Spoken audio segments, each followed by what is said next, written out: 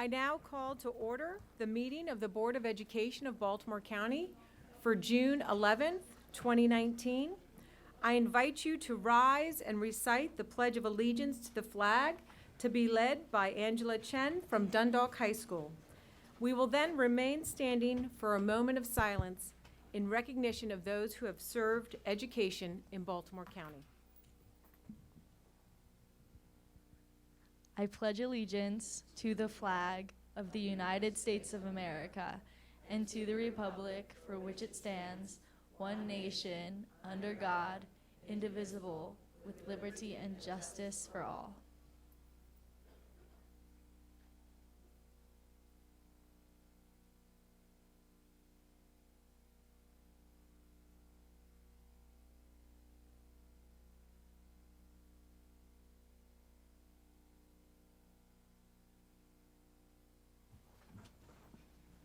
Thank you, Ms. Chen.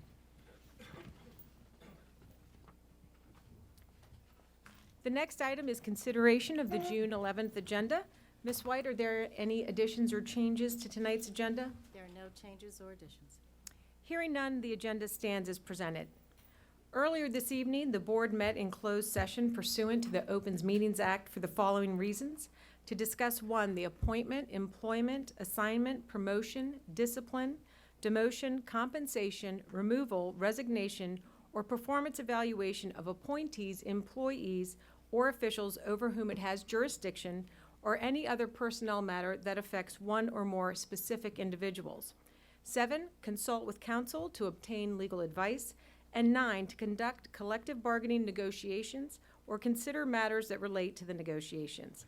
The minutes of the closed session and informational summary can be found on our website at www.bcps.org/board/informational-summaries.html. The next item on the agenda is selection of speakers. Sign-up cards were available to the public prior to the meeting for anyone wishing to speak at this evening's meeting.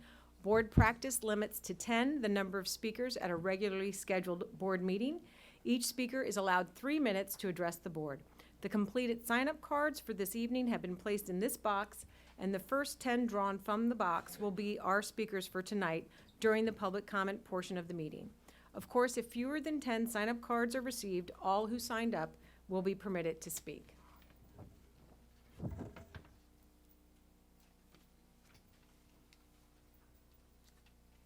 Our first speaker is Ms. Jen Weaver. Our second speaker is Preston Sweezer. Our third speaker is Dr. Bosch Ferrone. Our fourth speaker is Ryan Baldwin.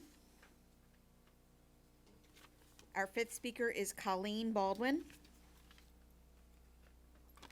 Our sixth speaker is Brooke Angel.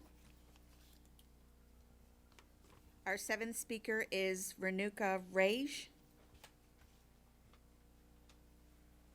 Our eighth speaker is Megan Boyer. Our ninth speaker is Mark Cherry. And our final speaker is Suzanne Forno. Thank you. Our next item is public comment. This is one of the opportunities the board provides to hear the views and receive the advice of community members. The members of the board appreciate hearing from interested citizens. As appropriate, we will refer your concerns to the interim superintendent for follow-up by her staff.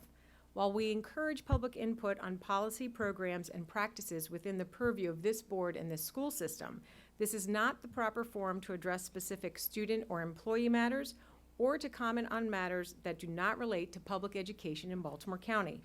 We encourage everyone to utilize existing dispute resolution processes as appropriate. I remind everyone that inappropriate personal remarks or other behavior that disrupts or interferes with conduct of this meeting are out of order. I ask you to observe the 3-minute clock, which will let you know when your time is up. Please conclude your remarks when you hear the bell or see that time has expired. The microphone will be turned off at the end of your time, and it could be turned off if a speaker addresses specific student or employee matters or is commenting on matters not related to public education in Baltimore County. If not selected, the public may submit their comments to the board members in hard copy or via email to boe@bcps.org. I now call on our stakeholder groups to speak. And first this evening, I would like to acknowledge two guests that are here. Mr. Jim Allman is representing Councilwoman Kathy Bevan's office, and we also have Mr. Justin Silberman, who is the Chief of Staff for Councilman Izzy Patoka. Our first speaker for this evening is from our Baltimore County Student Council, Angela Kwan. Good evening and welcome.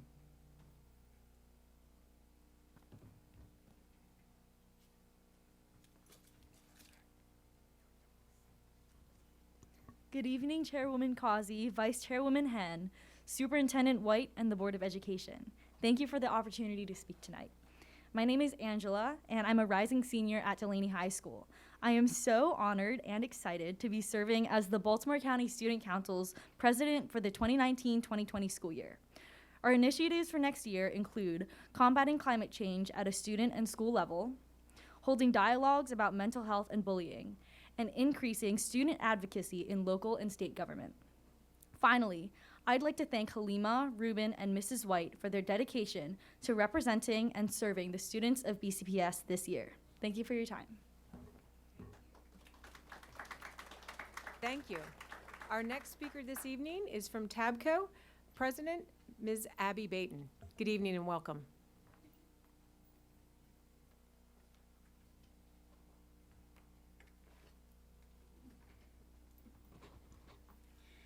Good evening, Chairwoman Causey, Vice Chairwoman Hen, Ms. White, and members of the board. With the end of the school year 2018-19 on our doorstep, I wanted to share some insights and observations from the field. One of the most important points to remember, teachers and support professionals are professionals and know what they are doing. They work hard every day trying to give their best to the children of Baltimore County, often sacrificing their own family time. They want to be heard and have their advice and ideas really heeded. Knowing full well that some things can't come to pass right now, they need to know you have listened to them and understand why, in some instances, you might not be able to give them what they need. Our students need to be heard. Their voices are important. If a kindergartner lets you know he or she needs some recess because the work has just gotten too intense for them, we need to listen and provide that time for them. Teachers should not be told they cannot take recess with their class except in a certain time period because that might not be in the best interest of their kids. Parents need to be heard. If a student has been up all night because someone was sick at their house and they couldn't sleep, the staff needs to listen and work with that student accordingly. We need to provide the tools necessary for those students to have their needs met. Please don't misunderstand me and think I believe we should be handing children everything and not allow them to learn from difficult situations. But teachers know when to push harder and when to let something go. The art of teaching is knowing your students, knowing when to demand more from them, and when to offer an ear to listen. It is what great parents do for their own kids and what great teachers do for their students. In actuality, it is what great administrators do for their staff as well. My reason for writing these thoughts is twofold. I want us to give time where it is needed and let our folks do just that. But I also want to bring humanity, individuality, and the art of teaching back to the profession that is so important to our society. If we truly want an educated society, we must remove the shackles placed on educators today. We must fight local, state, and federal edicts that end up harming us, especially our future generations. And before I go, I have to say a farewell to our student member. I love every one of these student members that I get to know. And Halima, you have done one heck of a job as student members. So thank you for all your time and effort, and good luck.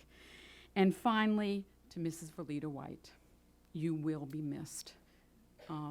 Everyone I know who knows you loves you dearly, and we thank you for all your service to Baltimore County from the time you were a student through all the time that you've been here. Thank you so much.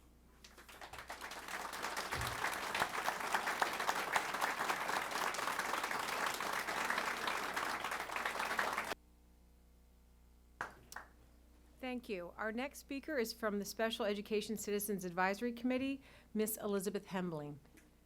Good evening and welcome.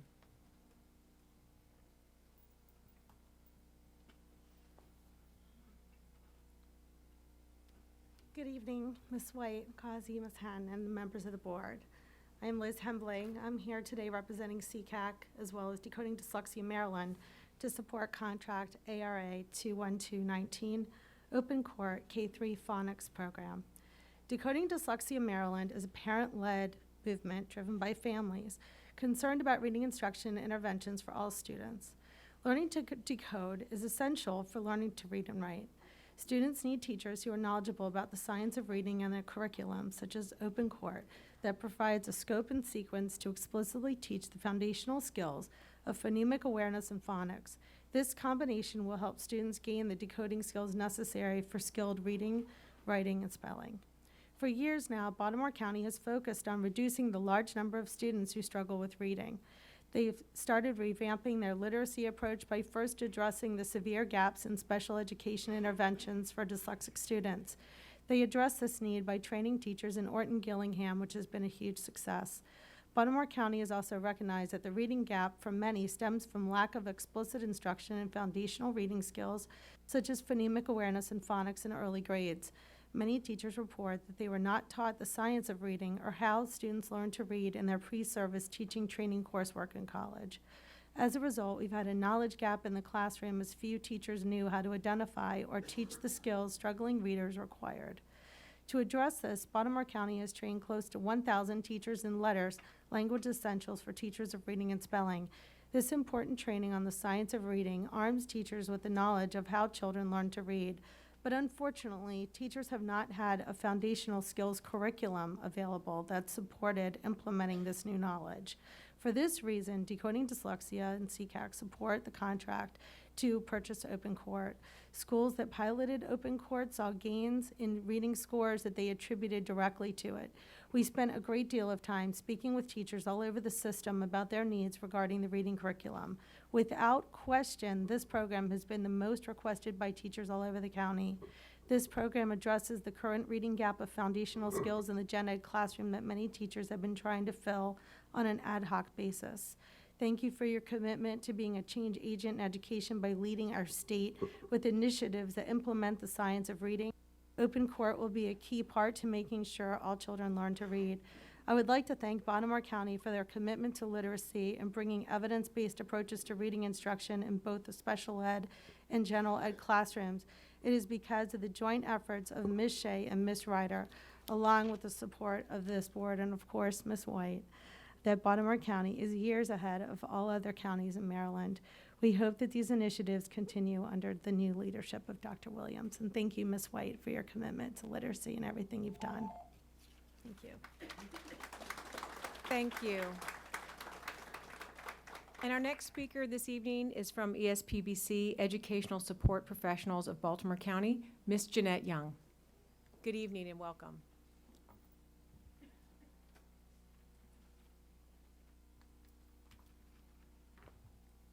Good evening.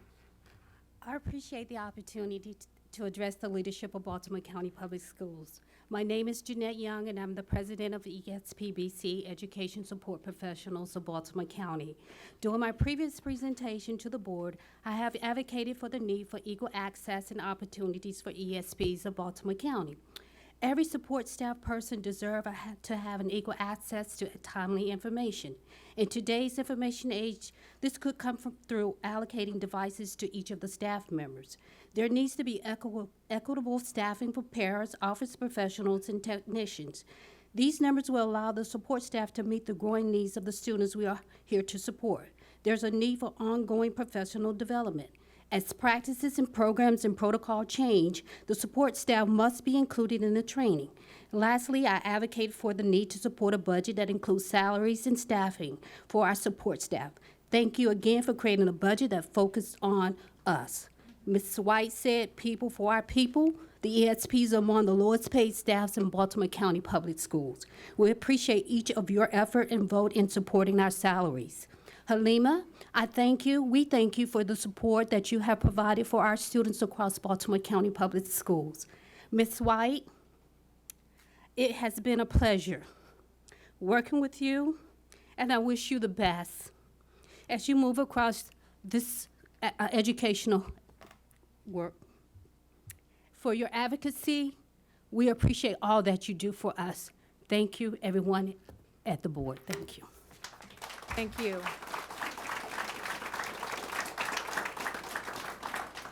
And our next speaker for this evening is from the Citizens Advisory Committee for Gifted, Talented Education, Ms. Julie Miller-Breitz. Good evening and welcome.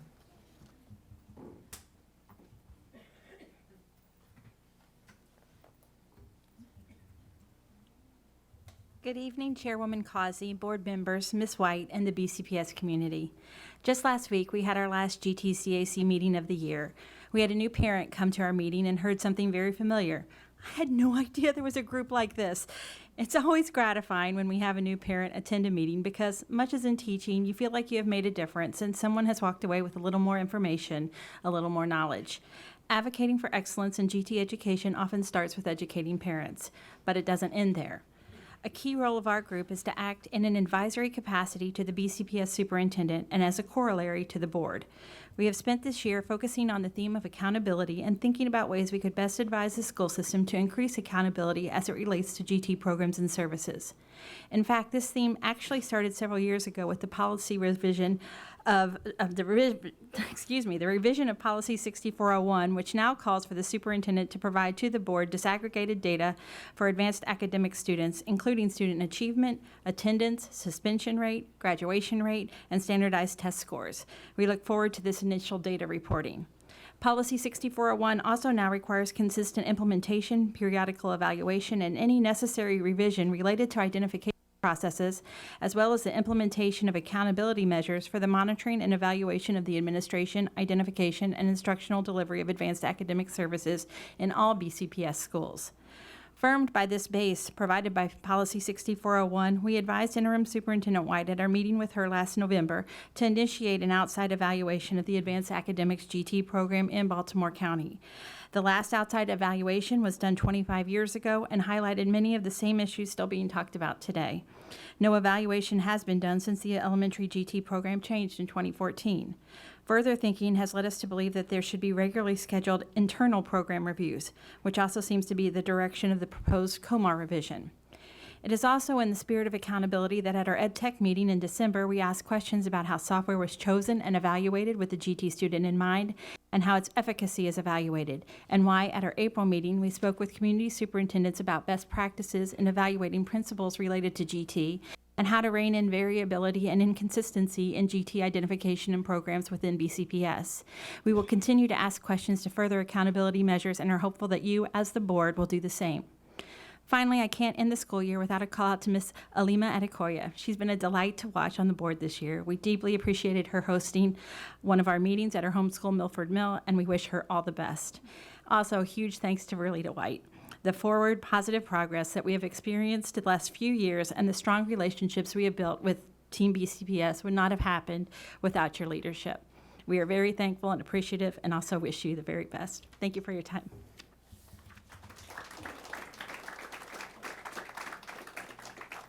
Thank you. And our next speaker is Ms. Correa Joseph from the Baltimore County Alliance of Black School Educators. Good evening and welcome. Greetings to board members and Superintendent White. On behalf of BCPS-TV, which is the Baltimore County Alliance of Black School Educators, we would like to thank Ms. White for her service and leadership to Baltimore County Public Schools. We leave you, Ms. White, with this quote from Martina Boone. "You didn't find strength when you couldn't live without it. You found it when you had someone or something you loved so much that it forced you to stretch the edges of yourself further than you thought was possible." Ms. White, we thank you for your strength. We also congratulate student board member Halima Adekoya on her graduation and her service. She is truly a leader, and we too are proud of you and what you have become for students who once did not have a voice. We are thankful to the board for responding to our request. As we move forward, we are excited about the opportunity to work with the board and our new superintendent, Dr. Williams. BCPS-TV is a valued stakeholder group representing teachers, parents, paraprofessionals, office staff, building service workers, principals, board members, students, and retired educators, all who have a common desire to improve the quality of education for children in Baltimore County Public Schools. This work will require our relentless focus on collaborating in the best interest of children.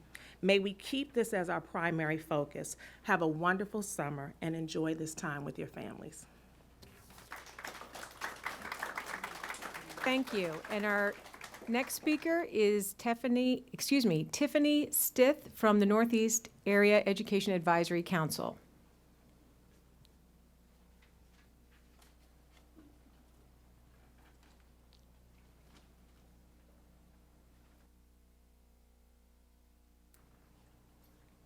Good evening and welcome.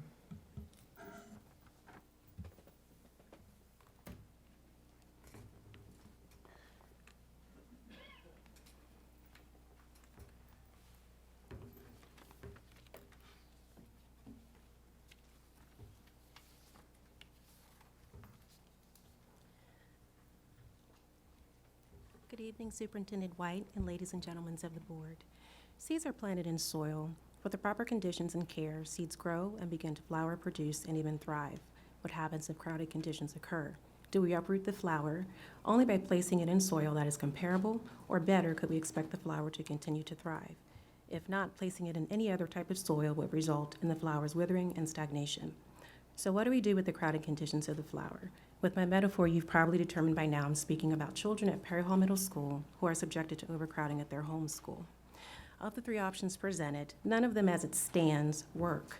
Option 1 with trailers will be a detriment to the students in terms of more outdoor field and play space lost to trailers without really alleviating crowding. Option 2 with annexing will break up existing elementary schools and communities. The new bonds that students and parents would try to establish as they integrated the new schools and communities would be temporary, since students would be moved yet again. Option 3 with double redistricting can potentially move students multiple times to different schools, and some students have already been redistricted to another elementary school with the most recent boundary study. They haven't even completed their first year. Middle school redistricting would create yet another disruption for these students. So what do we do? First and foremost, a new middle school needs to be built in order to properly and most effectively deal with the overcrowding at the Northeast area. We cannot lose sight of this as is the optimal solution for the community. A financial plan to determine how funds can be allocated and set aside towards building the school that we need must be created. Commit to create and commit to working with our local and state politicians to get the money that our district needs to address the much-needed capital improvements throughout our county.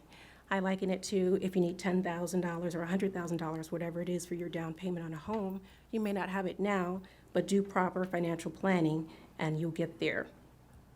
We might need to look at our budget, cut the fat, perhaps even stat. There should be a document that you have received with some additional options that I'll just highlight quickly. We also would suggest increasing magnet schools and seats at the middle school level and the use of special permits and transfers. There's a group of parents in the community who have Perry Hall as their designated zone school, but they say that it's too crowded. Allow those parents a special permission transfer to another middle school, for example, comparable schools such as Pine Grove Middle School, which is not in capacity. There's another group of parents in the community, they want to stay at Perry Hall Middle School. It is their designated zone homeschool, let them stay. We also recommend a hiatus on special circumstances at Perry Hall Middle School. It's further outlined in the document that's submitted. We also recommend a residency review and verification. There's a perception that many students attending Perry Hall Middle School are being bused in, so verify their residency or lack of if that's the case. We would also say to do an extended and comprehensive boundary study that may extend across the Northeast into other areas. We want to look for all options for the middle schools, including adjacent areas and boundary studies across multiple areas, so that the study is comprehensive.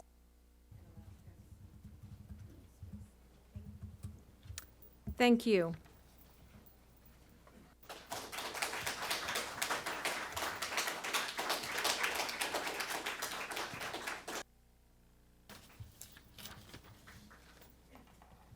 That concludes our advisory group speakers. We now move to our individuals signed up for public comment. And for our first speaker this evening, we have Ms. Jen Weaver. Oh, excuse me, I'm sorry. How could I do this? Our next speaker is Ms. Jane Lee from PTA Council of Baltimore County. Good evening and welcome. Thank you. I drove an hour and a half to get here. Good evening, Chair, Vice Chair, Interim Superintendent White, and board members. For some people, this is the end of the year, but in PTA, we look at this as the beginning of a new year, because as of July 1st, we will be helping our locals get their audits done, set goals for next year, make goal-based budgets. We have just finished our calendar for next year, and I'm happy to say that we are also planning to have area meetings in each of our areas so that our local units can network and train and directly meet with each other and advocate together. Next week, I leave for Columbus, Ohio, with the rest of the Maryland delegation for the National PTA Convention, followed shortly after with the Maryland PTA Convention, at which we are doing a total revision of our bylaws, and perhaps we'll have some changes to our organizational structure. I would also like to invite each one of you to come to our meetings and communicate with us. It would be nice. Don't wait for me to call you. Please contact me. You're all invited to any meeting. If we work together in the mission and purpose of bettering children's lives at home, in school, and in the community, the children are the winners. Now, lastly, I want to thank all of the staff and support staff of the BCPS. A special thank you to Ms. White and Ms. Baton for your years of service to Baltimore County's children. And to our student member. My cousin wrote this little song a few years back, and the words went, "Teach the children well and let them lead the way." I think you are living proof that in Baltimore County Public Schools we teach our children well, because you are certainly leading the way, and we expect to see a lot more of you in the future. Thank you.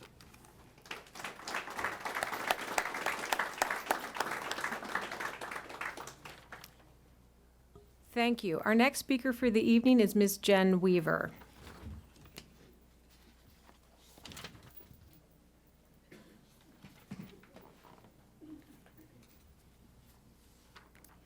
Good evening.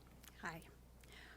Orem's 5th District, Pine Grove Elementary, Woodholm, Shady Spring, Perry Hall Elementary, Elmwood, Grange, Sussex, Timonium, Hartford Hills, Joppa View, Reisterstown, Millbrook, Fullerton, Deep Creek Elementary, and Pleasant Plains. According to the 2018 Students Count Report, those 17 schools have a higher building utilization than Perry Hall Middle School. And as far as I can find from all of the capital budget and improvement information on the BCPS website, those 17 schools aren't included in any plan or study for overcrowding relief. My name is Jennifer Weaver. I am a Pleasant Plains Elementary School parent and PTA secretary. I'm also a BCPS resource teacher who currently works primarily to support our middle schools. I want to be clear that I'm not here to diminish the needs of Perry Hall Middle School. As the largest and most overcrowded middle school, they are dealing with an overcrowding situation that makes the sheer volume of students a challenge to manage. But their need is not isolated, and not every school has vocal champions like Mrs. Henn or Mr. David Marks to promote their causes, which is why I'm here. I would like to recall some things that were stated at the May 7th board meeting. With regards to her motion for a boundary study for Perry Hall, Ms. Henn stated that her confidence is in Dr. Brown and his team to do this right. Overcrowding of our schools is a complex issue that requires time and careful study to resolve, and I implore you all to trust Dr. Brown and his team to do this right. If a solution for Perry Hall Middle comes at the expense of the needs of other schools, then perhaps you need to be more careful in what you are asking the system to do. BCPS has the funding allotted to do a comprehensive long-term capital project study. There are plans for an additional elementary and middle school to be built in the Northeast area, even though the funding is on hold. And there are 17 schools that I just named that have at least the same need as Perry Hall Middle that are waiting for their own urgent overcrowding relief options. I'm leaving for you a spreadsheet of information that I gathered from the BCPS website, student count reports, and facility studies done over the year. When I look at this data, I don't see an easy or quick solution for all students with needs. These challenges must somehow be prioritized and addressed with a careful urgency. Pleasant Plains Elementary School is at 138% capacity and has been over capacity for at least 5 years. We have 8 relocatable classrooms and only 2 office staff to do the work of 3. Our cafeteria is crowded, our lunch shifts span 3 hours, we don't have enough bathrooms, and our building was last expanded in 1974. Please make a decision today that doesn't exclude considerations for Pleasant Plains Elementary School or any other school's needs. And thank you for continuing to fight for what's best for all of our children.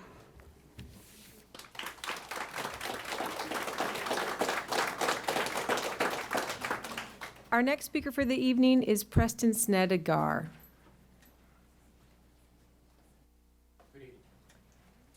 Good evening and welcome. Thank you.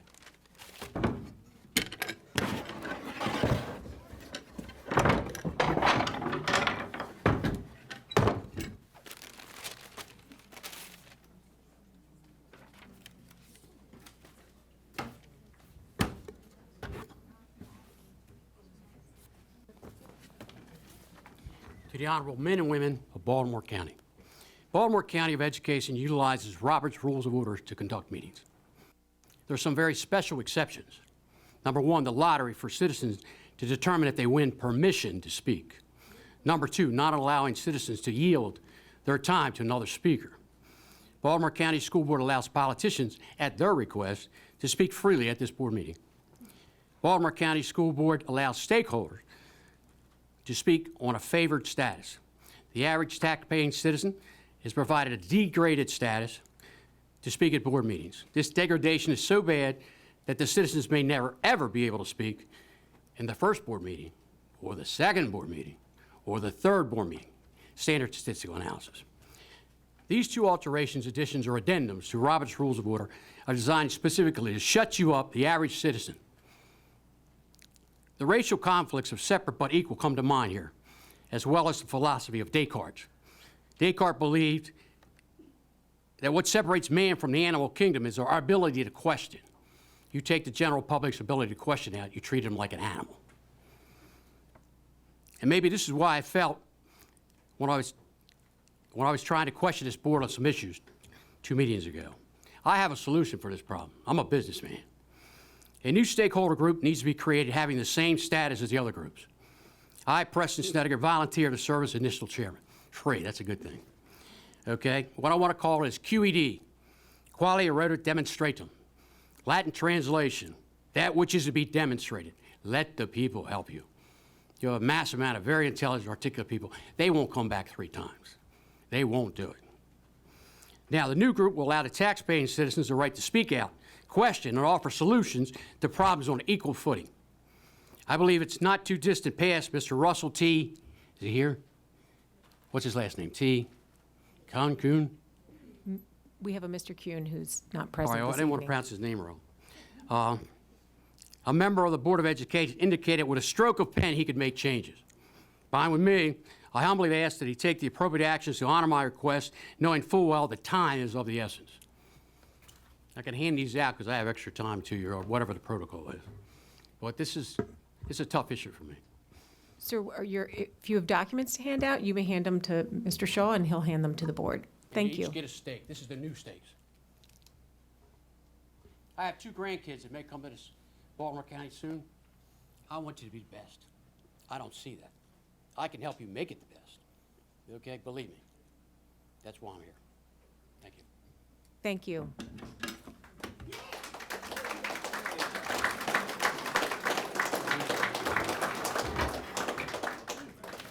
Thank you. Our next speaker for the evening is Dr. Bosch Farone.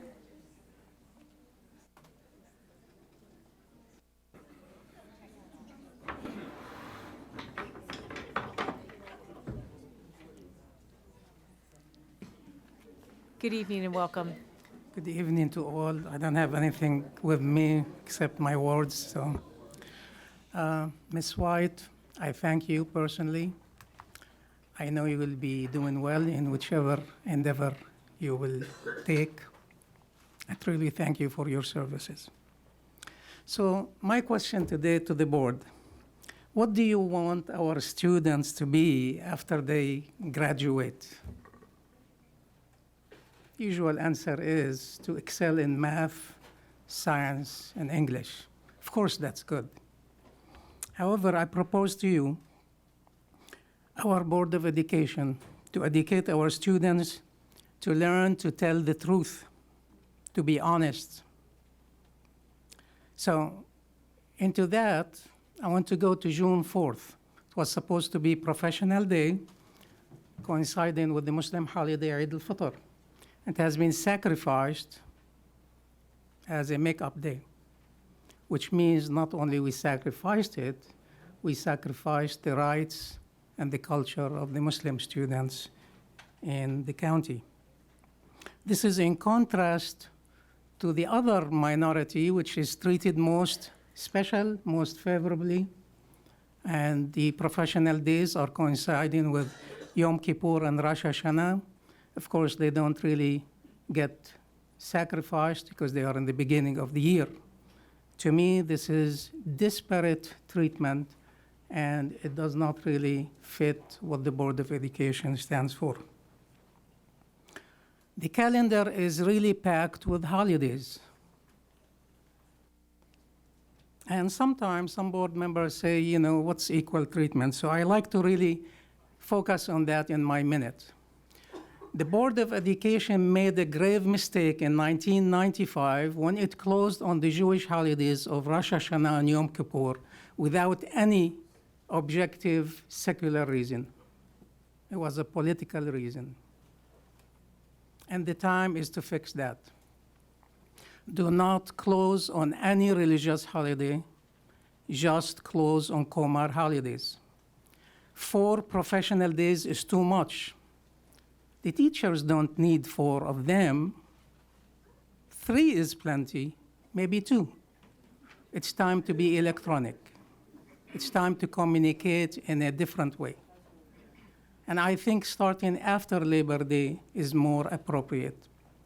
The website basically is not a valid way of, you know, we don't know who voted on the website. We don't know whether they live in the county or not. We don't know if they are legal or illegal, or they are cousins or friends or visitors or anything like that. I ask you to take these.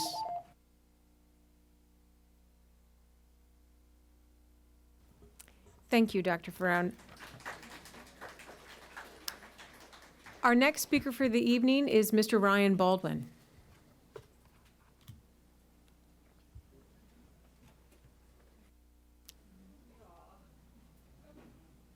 Good evening and welcome, Mr. Baldwin. Sit down and get up close to the microphone, okay? Sit down. Okay, go ahead. Good evening to the Board of BCPS leaders. My name is Ryan Baldwin, and I am a second grade student at Pleasant Plains Elementary. I want to share my experience as a student in a very overcrowded school. Right now, we have 703 students, and our school is built for 509. Even though our staff works really hard, I love my school, but it's very hard to be in such a cramped space. My classes have always had almost 30 kids, and the spaces we share, like the cafeteria, gym, and bathrooms, are always tight on space. 4 bathrooms are not enough at lunch, and lunch at 10:30 is too early. We also need more staff to support counselors like Miss V. Help me when crowds overwhelmed me. Our behavior staff like Mr. Sinkler keeps kids safe and calm. We shouldn't have to fight to get the staff we need. I really want the Board of Education and BCPS to find a way to make our school bigger and help the overcrowded schools. My dad teaches at Perry Hill Middle, and they need help too. You need to find a way to help all schools. This week, we started a unit on inches and feet. We need a lot more of those in our school. Thank you. Thank you, young man. I'm so proud of you. All right, you stay put and get your hands off the microphone. Yeah, look.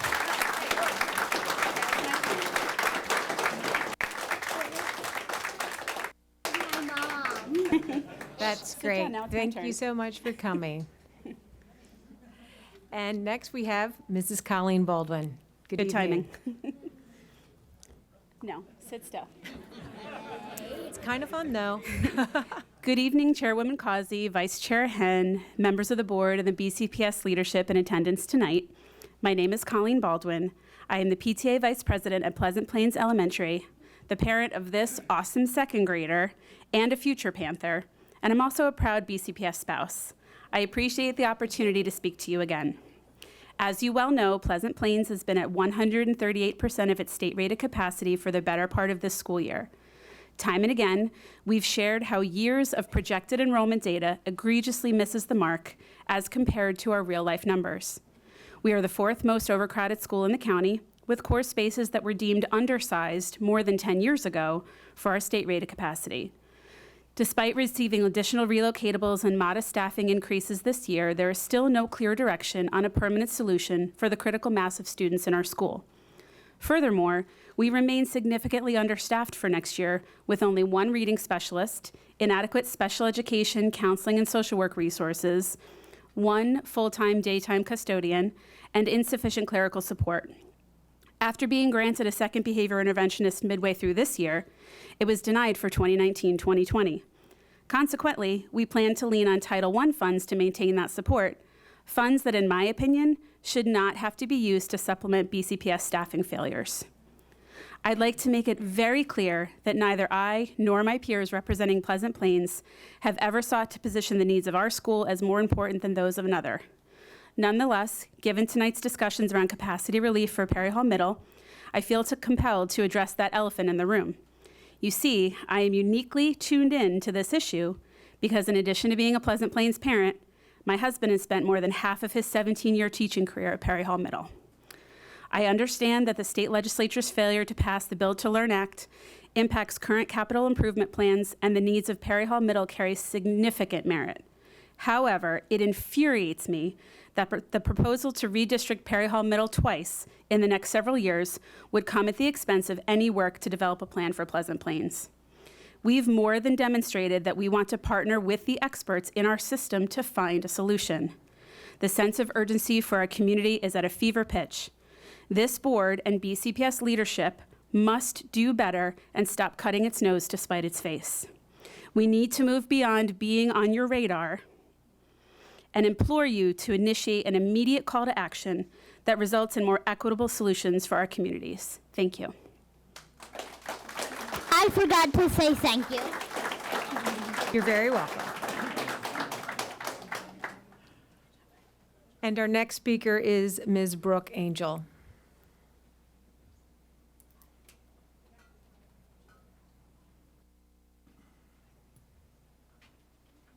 Good evening and welcome. Members of the board, hi, I am Brooke, a sixth grader at Perry Hall Middle, and although I get a good education, it is unfair that I have to go to different schools than my sisters. While I will stay at PHMS, my sister, who is going to sixth grade, will get moved to a different school. Also, my other sister is still in elementary school, so my siblings and I will all be going to different schools.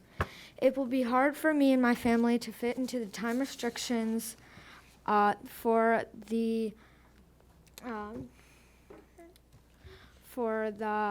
my family. Also, my hour-long commute makes me wake up earlier and makes me more tired throughout the day. Lastly, I have lots of homework as a GT student and spend up to 4 hours on it daily. This makes the stress enough already. Since building a new school is really the only way to solve the overcrowding issues, we should make it easier for everyone here and stop annexing and redistricting us students.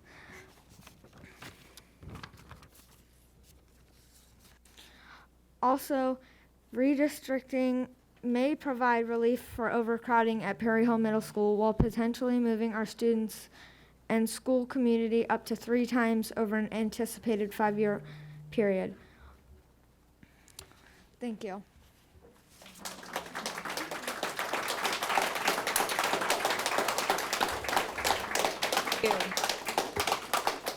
Our next speaker for the evening is Ms. Renuka Reggae.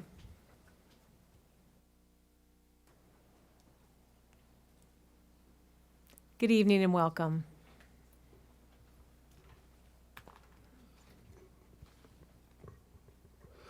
Good evening. My name is Renuka Reggae, and I'm an attorney with the Public Justice Center. I'm here to comment on Baltimore County Public Schools Student Discipline Policies 5550 and 5560, which are up for third reader before the board this evening. The PJC appreciates BCPS's efforts to bring its discipline policies into compliance with governing law. We express our support for the most recent drafts of the policies that are before you today, and we urge the board to vote to pass these policies to ensure that they are in line with state and federal law. We look forward to continuing to work with BCPS once the policies are passed to ensure that they are implemented both through administrative regulations and in practice, so that BCPS can best serve all of its students to the fullest extent. Thank you. Thank you. Our next speaker for the evening is Ms. Megan Boyer.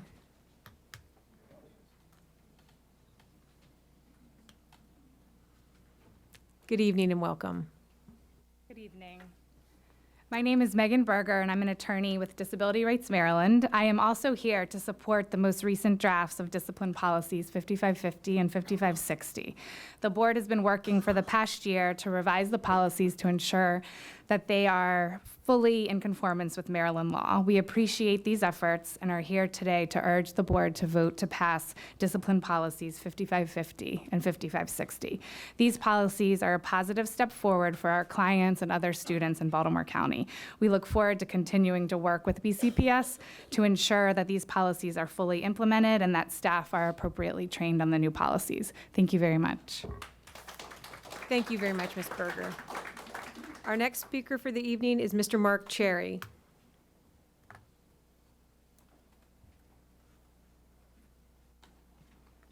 Good evening and welcome. Good evening. Good evening, board members. This evening you will be presented with a report from Dr. Brown on the Northeast Middle School Boundary Study. This study is looking specifically at the overcrowding issue at Perry Hall Middle School. It is my understanding that the study developed 3 different options for you to decide on this evening. After reading the report myself, there was only one choice that was made and made most sense of me as a parent and part of this community. Option 1, which is stay the course and push for capital improvement on the Perry Hall Middle School area. Dr. Brown presented the idea of annexation as part of an easy solution for the Perry Hall Middle School. Based on the proposal, option 2 would annex the Chapel Hill neighborhood east of I-95 to Summers Run Middle School and some of the Vincent Farm neighborhoods to Middle River Middle School. According to the report, this would be a temporary fix until a new middle school is built. After such time, BCPS would redistrict this portion of the community. One factor to be considered is that these neighborhoods just went through a redistricting process due to the opening of the Honeygo Elementary. The area of Chapel Hill east of I-95 just had 225 children redistrict from Vincent Farms to Chapel Hill Elementary at the start of the school year. While both schools are great schools, this first round of moving still caused a lot of disruption and anxiety within our children. Many of our kids do not want to go to Chapel Hill because they do not feel like anyone knew them. We are once again telling these same children to attend a school in a community where no one knows them. In one neighborhood, we had Gabriella, who was from Vincent Farms during 4th grade, Chapel Hill this year for 5th grade, 6th grade at Perry Hall Middle School. And under this proposal, she will start 7th grade at Summers Run Middle School. That is 4 schools in 4 years for just her. And that is only one individual. Temporary solutions don't work. BCPS has a long history of stating this will be temporary. Yet, the temporary changes will become permanent. BCPS uses trailers as temporary solutions due to an increase in population, yet Perry Hall Middle School has had Perry Hall High School has had trailers for over 20 years, Perry Hall Middle School for many years, and Chapel Hill for 11 years. It is rumored that over 20 years that Perry Hall will get a new middle school and a high school. Dr. Brown states that annexation will be a temporary solution because the new middle school will be built, hopefully, in the next few years, yet no date has been specified. We don't want our children to be another temporary solution. Once you solve overcrowding at Perry Hall Middle, you will then have to address the overcrowding at Perry Hall High School. What does that mean for our children? Another move? When you vote tonight, please vote for option 1 to stay the course and fight for proper funding to build this new school. Our children's education has already been disrupted once. Please do not disrupt it again. Thank you.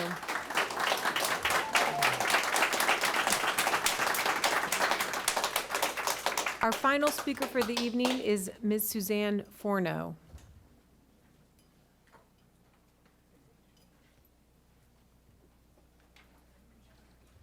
Good evening and welcome. Good evening.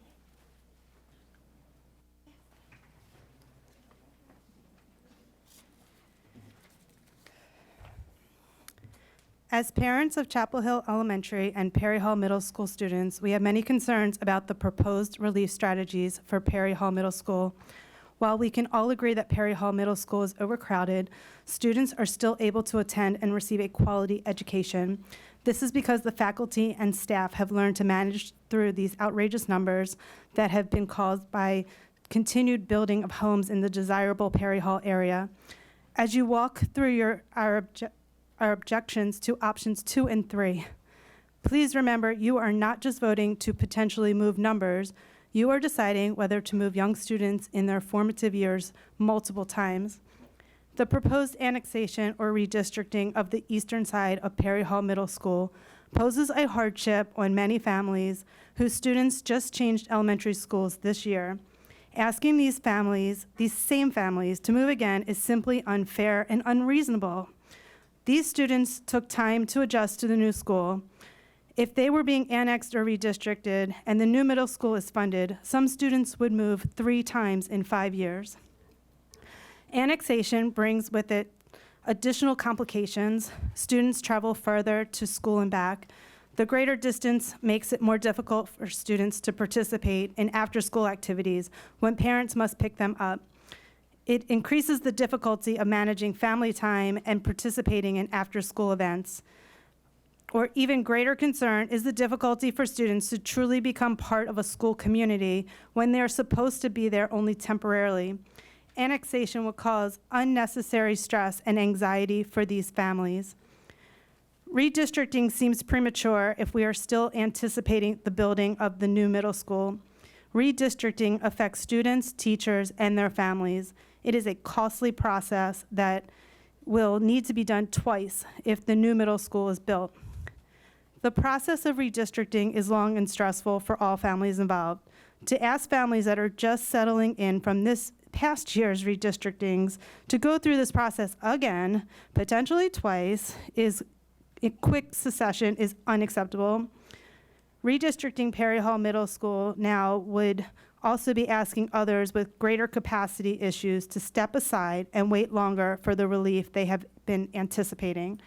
Based on projections, the new middle school must be built, as the region will soon be over 100% capacity collectively. Yet this premature redistricting could impact the funding, as we have seen in Dr. Brown's presentation. As you vote tonight, please realize that the true solution is procuring the capital funding to get the new middle school built, and then, only then, go through a comprehensive redistricting process. We strongly recommend option 1 for the best interest of the students, families.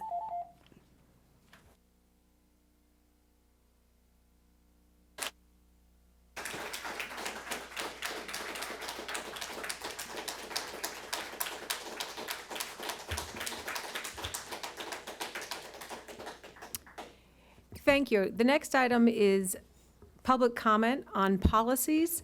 Individuals have previously signed up for our policies. I would ask the speakers to observe the 3-minute clock, which will let you know when your time is up. Please conclude your remarks when you hear the bell or see that time has expired. The microphone will be turned off at the end of your time, and it could be turned off if a speaker addresses an issue that is not related to the policy. The first speaker for Board Policy 1270 is Ms. Diana Bergman.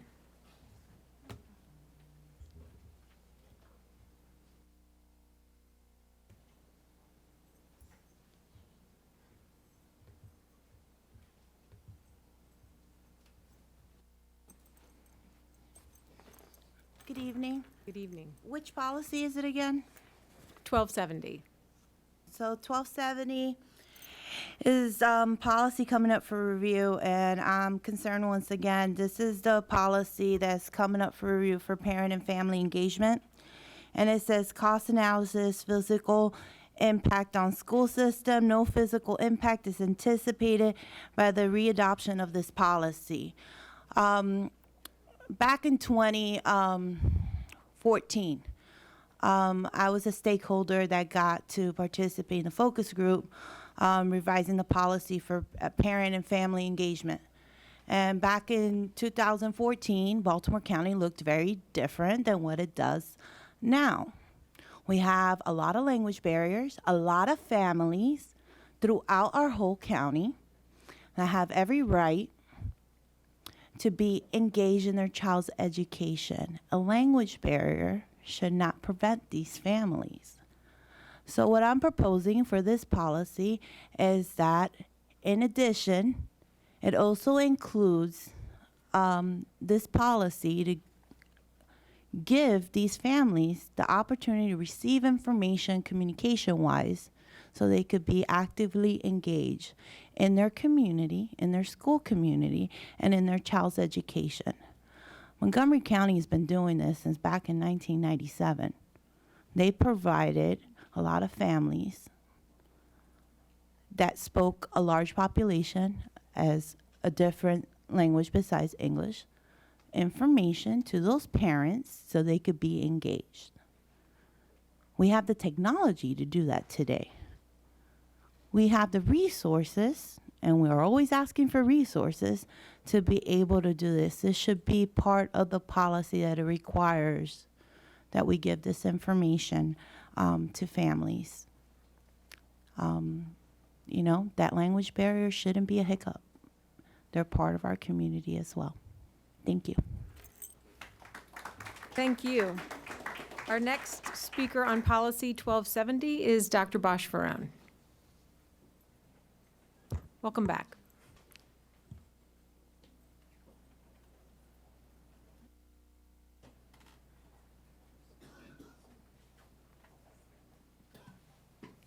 Thank you all.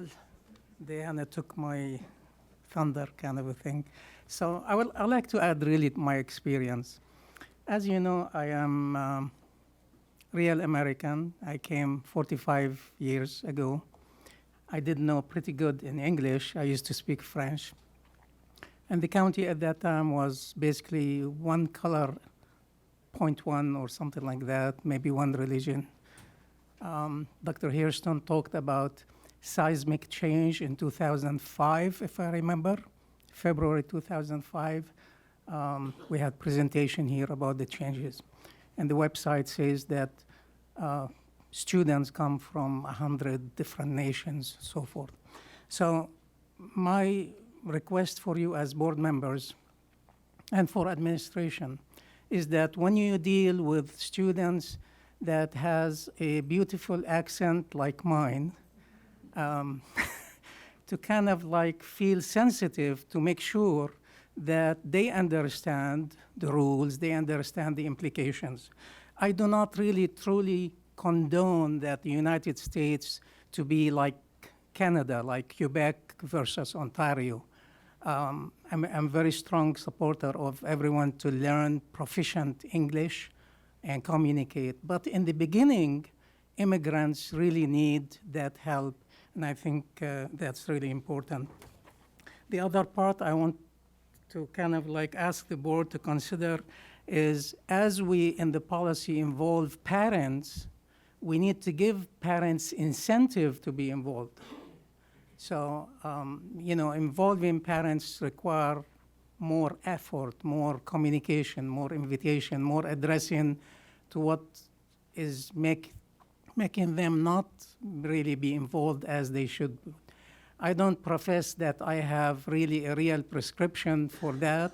I basically ask you to be sensitive to that issue, because parents who have drug problems, depression problems, overwhelmed by handicapped children, special education children, etc., would need treatment special versus a parent who is a professional, educated, has a stable life, etc. So I hope you take my comments in the substance of the policy. I'm not really criticizing the language. I'm just really asking you to be sensitive to those two issues. And thank you again. I have 21 seconds. Thank you. You want me to stay since I'm speaking to hello? In your beautiful accent, absolutely. We do have one more speaker for policy 1270, and that is Ms. Sharon Saroff.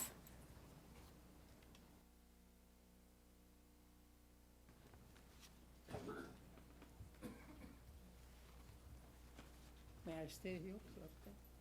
Certainly.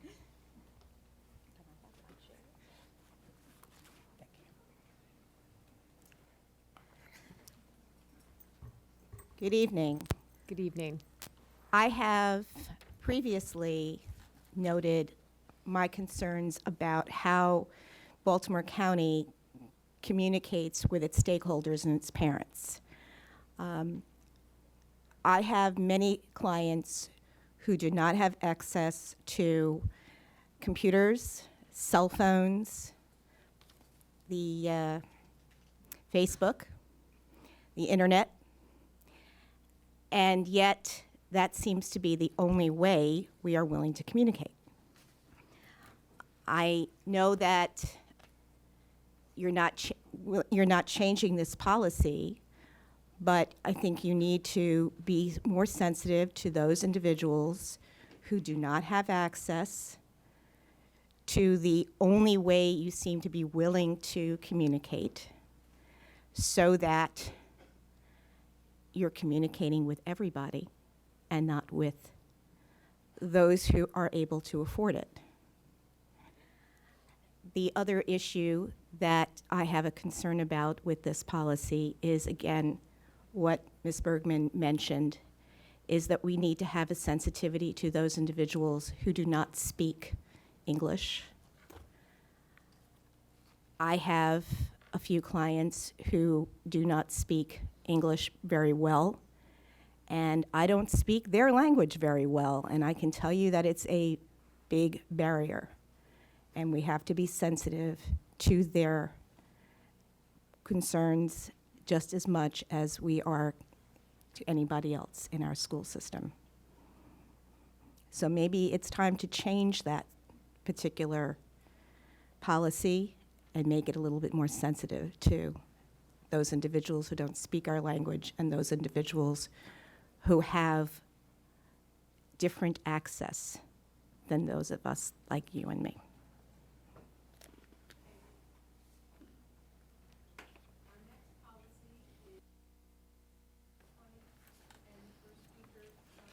Excuse me. Our next policy is policy 3720, and our first speaker is Ms. Diana Bergman. Hi.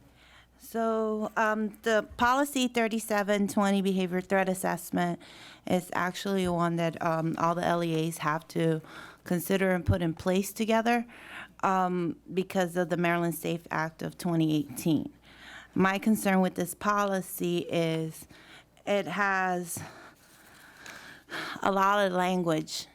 It has too much language. And when we look at the policies, I think it should be a lot more simple, because the implementation of the policy and the details of that come in the rule.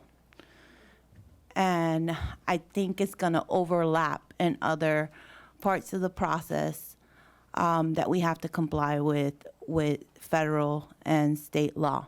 So one of my concerns is regarding the special education community and how we're going to document the process for the behavior threat assessment when it comes to our children with special needs. And where's that information going to be stored? Because that's going to create a record of data for a child with special needs. And we already have a process and a system in place to make sure that child gets their issues addressed for that. So my concern, I feel uneasy. I know it's gonna be a few hiccups because this is the first time we're creating this policy. But at the same time, I say use cautious, look at the language and make sure that you're not stepping on the toes of what's required to be produced by the superintendent in the rules. So that's my recommendation. Thank you. Thank you. And our next speaker on Policy 3720 is Dr. Bosch. Thank you, Madam Chair. Policy 3720. My 3 sons benefited from special education, and I read the policy and I understand it. However, my concern is about the lack of objectivity in it. In essence, what I'm saying, certain wordings are flexible wordings and can be misused. So in item IA, behavior threat assessment, I ask you as a board to have some sort of objectiveness in the threat assessment. The same thing goes with behavior may pose a threat to the safety of school, etc.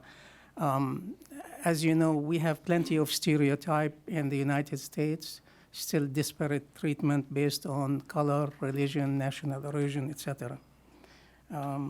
There are other languages in it, and their definition, item C, the intent to cause physical harm to someone. So in that, what I want to say, adults make mistakes. Students, as they are growing, make mistakes. It's human to err. So when I read the policy, I wonder whether this policy can be used to be so strict and strong and taking actions against students who may not really truly pose a real threat, but this is part of the growing, the way of them expressing it. And last but not really least, on the next page where we develop a process for regular assessment and intervention, including mechanisms for identifying, assessing, intervening with individuals whose behavior may pose a threat. Again, you know, I wonder how this policy would be applied. You and I and others see on television, for instance, policemen, women abusing their authority against others who later prove to be innocent. So my concern, if the child has disability of some sort, illness of some sort, etc., how can this policy really differentiate treating that student versus someone who is a real threat? And I wonder if you can, I hope you understand what I'm trying to say. I guess the devil in the details and the devil in the application, and I ask you basically to take that in consideration, you know, after approving the policy, and hopefully that would be good for all of us. Thank you again. Thank you. And our next speaker is Ms. Sharon Saroff.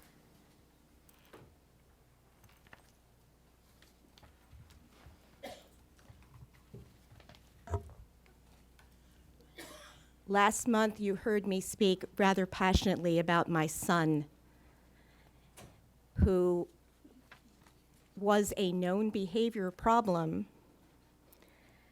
And the reason that I'm bringing this up is because my son was considered a threat to his middle school, to the point where the SRO grabbed him and put him in handcuffs. The reason being was because he had the audacity to push his way out of a room where he was not allowed to leave, and in doing so, he knocked down the principal and the IEP chair. And for a very long time, both of them considered that my son was a threat. I'm bringing this up because I have a concern about any policy that doesn't note in its language sensitivity to kids with disabilities. A lot of people here on this board who know my son have shown shock that my son would ever be considered a threat to the point where he is in handcuffs. There are a lot of students on my caseload that you would be shocked to figure out that they have been arrested by the police if you knew them. We really do need to have not just training in what the policy is, what the procedure is. We have to have training for our teachers, for our administrators, for everybody in the school building, including janitors, cafeteria staff, bus drivers, so that they understand the ins and outs of special needs individuals and know how to de-escalate a situation and know how to tell the difference between an actual threat and a child who may not understand the situation that he's in, and having an SRO misinterpret what's going on. Everybody needs to be trained, and I'm looking at who you're going to have on these committees, and I can tell you that a lot of the meetings I've had this year where administrators have been part of those meetings, IEP meetings, they have absolutely no idea what is involved in special.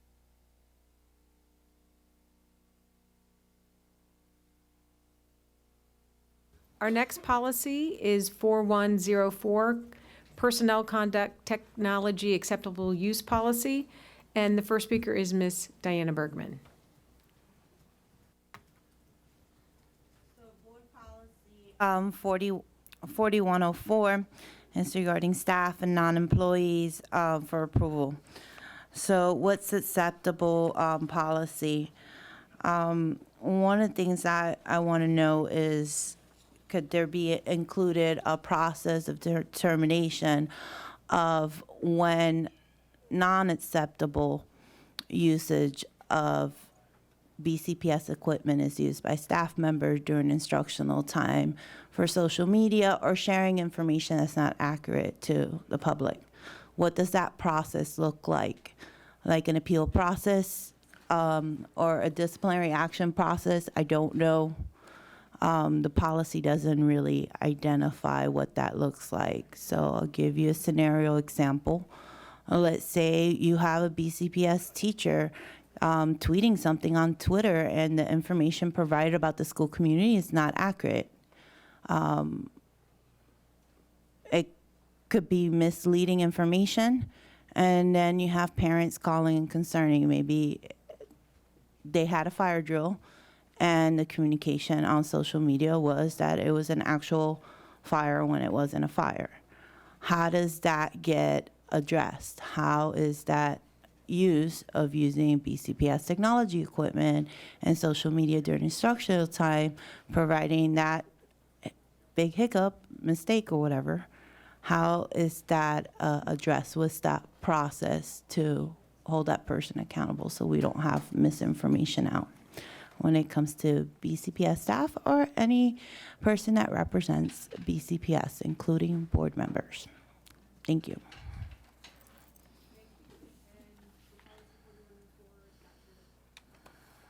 And Dr. Bosch Ferran. Thank you, Madam Chair. 4104, top policy. I basically want to talk about the second page where it talks about the board prohibits the illegal and unethical use of the school system technology.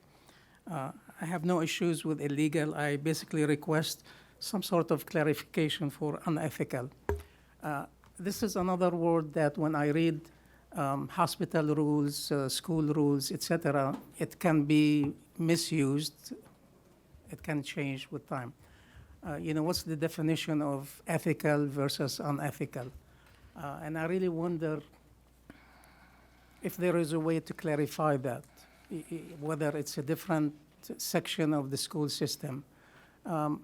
My concern is what's ethical yesterday may not really be ethical tomorrow, and it really depends on how the political system or the interaction. I myself, as a physician, I see it happening in hospitals I work with where certain things are okay for someone and not okay for another, or at certain time it is appropriate, ethical at certain time, and then it changes. So if there is a way of clarification, just to make sure it would not really be abused and used in an inappropriate way. And I thank you very much for listening. Thank you. And our next policy, that is our final policy. No, wait. 62. Oh, I'm sorry. Policy 6202 is instructional services, technology, acceptable use policy for students. And the first speaker is Ms. Diana Bergman. So, policy 6202, technology, acceptable use policy for students. This is another policy that I think has too much language for a policy regarding our students when you're looking at each scenario throughout BCPS for our students using technology and what that looks like in the schoolhouse. I think that's determined by the superintendent. They're the experts, and their staff are the experts to decide how we move forward on this policy of what's acceptable and not acceptable. And we need to have a little bit more confidence when we're writing these policies that our schoolhouse principals are capable and are professionals to take care of what's appropriate on the use of BCPS technology. They're the ones on the ground working with our students. You create a policy that is requiring the rule to have a lot of details, and then you have a lot of different implementation throughout our school system, because that's what usually happens with some of these policies that are providing too much information and not giving the rule an opportunity to be consistent across the board through all the schoolhouses. So I feel very similar too. There is no reason why students during the school day accessing technology to access their education should even be able to hack or access any kind of social media with any BCPS device. So that's my piece on this policy. Thank you. Thank you. And the final speaker for policy 6202 is Dr. Ferrone. Madam Speaker, Board Member 6202, again, I ask for clarification. I would like to focus on two wordings in the middle of the first page. Learning that supports the curriculum, the instructional program, and students. So the support here is also, again, to me as one sitting on this side, is vague. How much support you would do, what kind of support it is.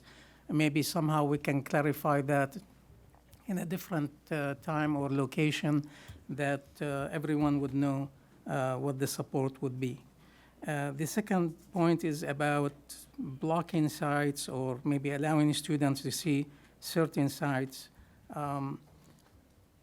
I don't know enough about the school system, but I kind of reflect on the blocking of certain sites, like in certain hospitals. I go to check on something and it's blocked where it is really educational in nature. And I wonder whether the school system would be truly just blocking the sites that are truly inappropriate and not go beyond that. And it's difficult to have a clear line in between, and I don't know how to make that line. But nonetheless, I would ask you for some sort of clarification that how it is being done. In the next page, it says students should be held responsible for the appropriate use of BCPS technology. I wonder whether the students know what appropriate and inappropriate. Again, this is a language that I see both in schools and hospitals. What's appropriate yesterday is not the same as tomorrow, and what's appropriate for one person is not necessarily appropriate for another person. So some sort of clarification and maybe emphasis on teaching the students to what is truly appropriate, so they really don't fall into making a mistake by going into an inappropriate behavior or decision or access just because they are young and learning and growing. I thank you again for the opportunity and bearing with me in these four policies. Thank you again. Thank you.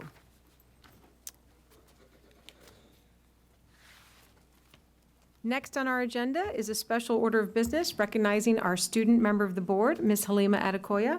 I ask that Ms. White and Ms. Adekoya please join me up front.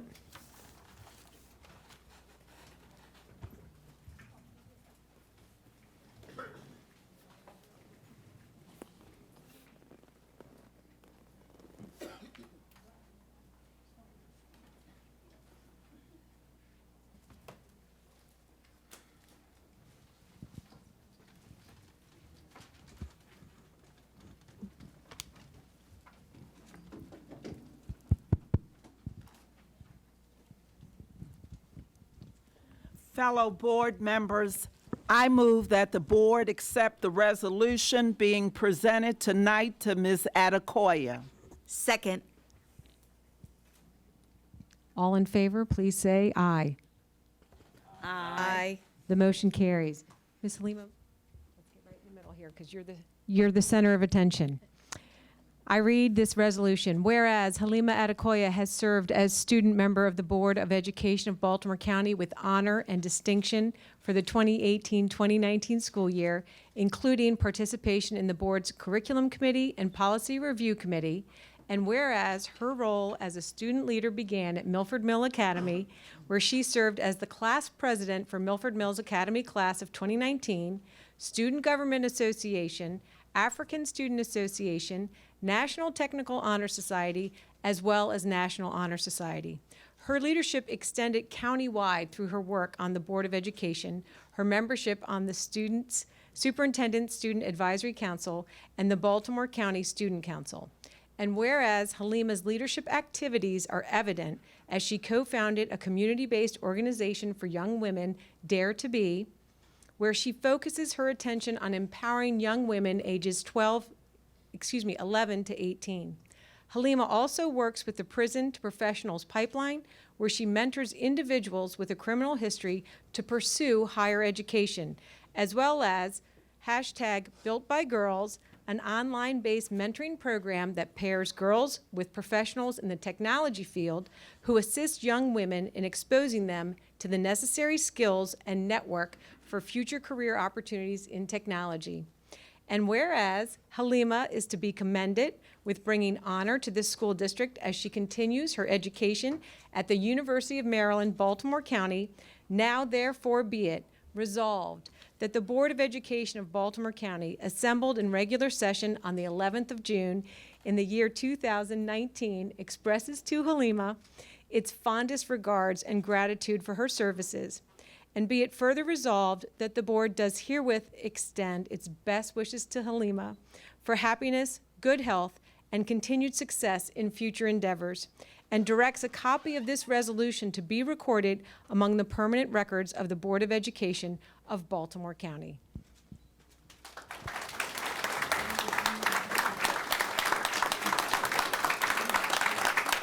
Congratulations. Now you get to hold that.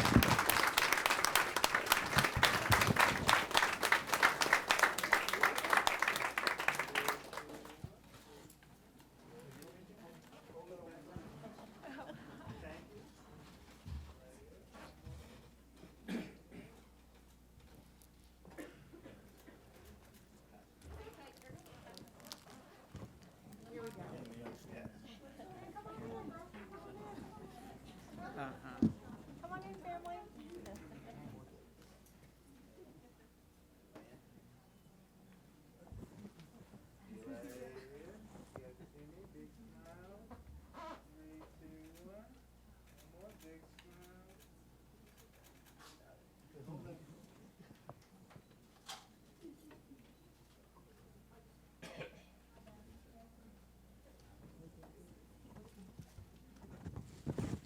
Would you like to say a few words?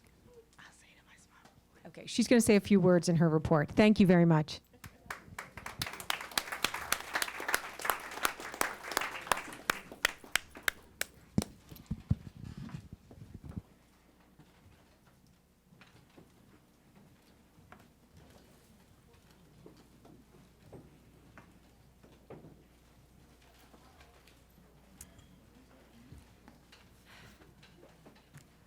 Our next item on the agenda is the superintendent's report, and for that, I ask Ms. White to give her report. Thank you, Madam Chair. First, I'd like to start by recognizing and congratulating, and I'd ask you to join me in congratulating our graduates of 2019.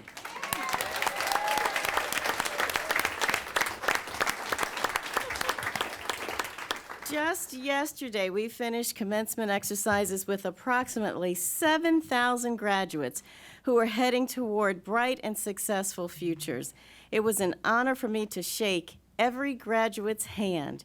I am most proud of providing our young people with not only a diploma, but also a resume of skills and experiences, thanks to everything from CTE credentials to early college credits to apprenticeships and to internships. And so BCPS will also celebrate summer graduates at their ceremony on Saturday, August 17th. So for now, let's enjoy a recap of our graduation ceremonies for the class of 2019. Let's take a look.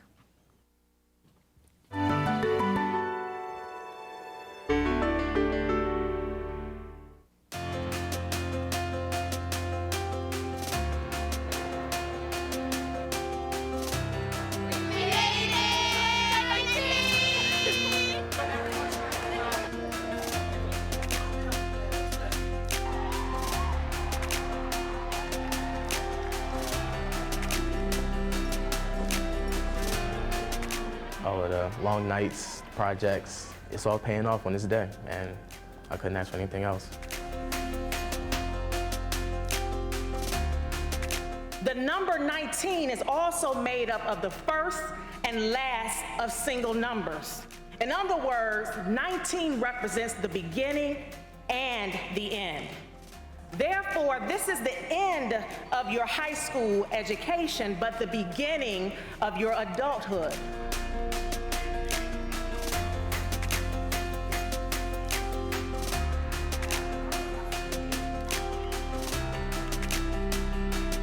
This year has been very special to me. I've had the opportunity to be a student member, and now I'm finally wrapping it up June 1st, Milford Mill Academy's class of 2019 graduation. I know that each and every one of them are about to take over the world, so I'm so proud of us. I'm so excited to be here. I'm so excited to be walking across the stage, and I wouldn't want to be anywhere else right now.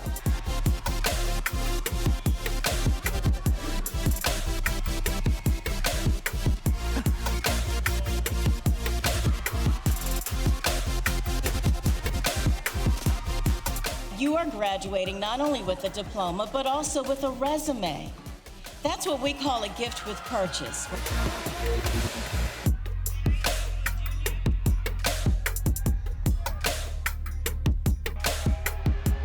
Stay it's like the last hurrah with everyone, but I'm glad to move on and build more relationships and continue playing sports, and this day is just an exciting day.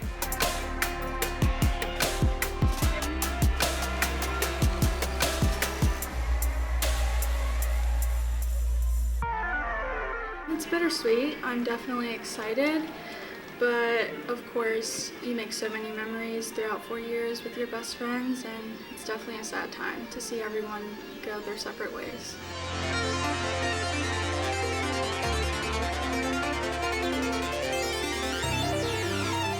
Remember, sometimes when you do all you can, or results may not be the ones you plan, as long as you continue to fight and expand, you will still obtain everything you demand.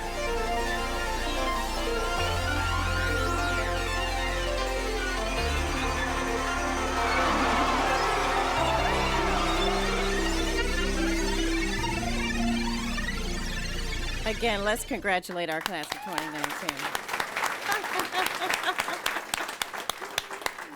We're proud of them. One of our graduates was surprised with the news that she is the first recipient of the Bernice H. Johnson Memorial Scholarship for the promotion of Alzheimer's research, which, if you'll recall, my husband and I established in my dear mother's memory, who passed about 7 weeks ago, through the Education Foundation. And during the commencement for Catonsville High School last Saturday night, I announced that Aaron Kreis won this year's $1,000 scholarship. So congratulations to Aaron as well.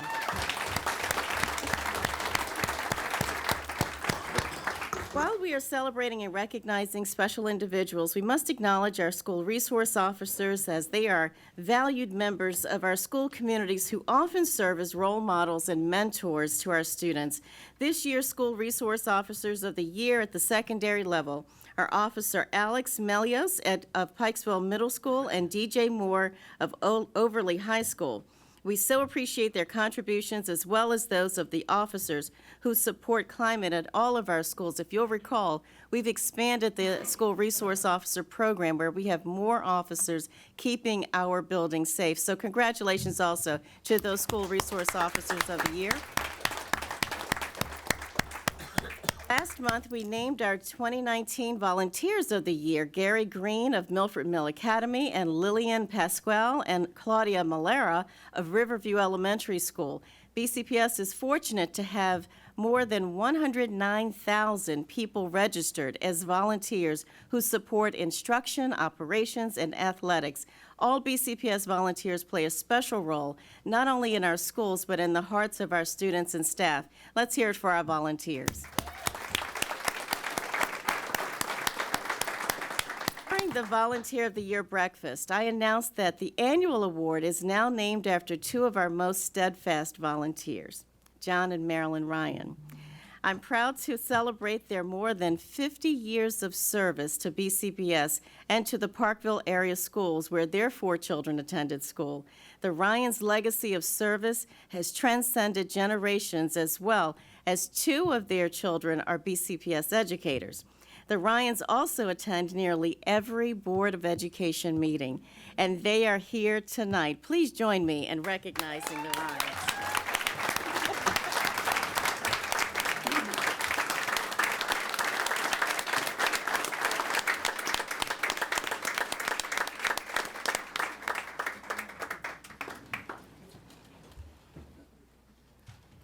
We do love you, and we appreciate you for all that you've done and how invested you are in our children and our school system. So thank you again for your service. We appreciate you.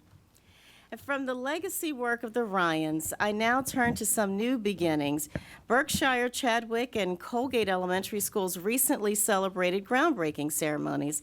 We know that these schools have proud communities, just as all of our communities do.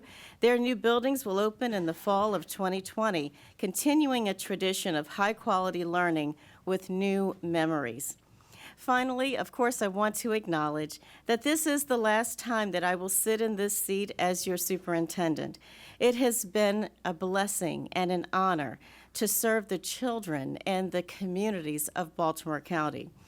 We have accomplished so much together during the past 2 years, and I am extremely proud of the many ways that we have increased access to high-quality instruction and programming by emphasizing literacy across the subject areas and creating healthy, warm school climates. So I would like to end my report tonight with just simply a thank you.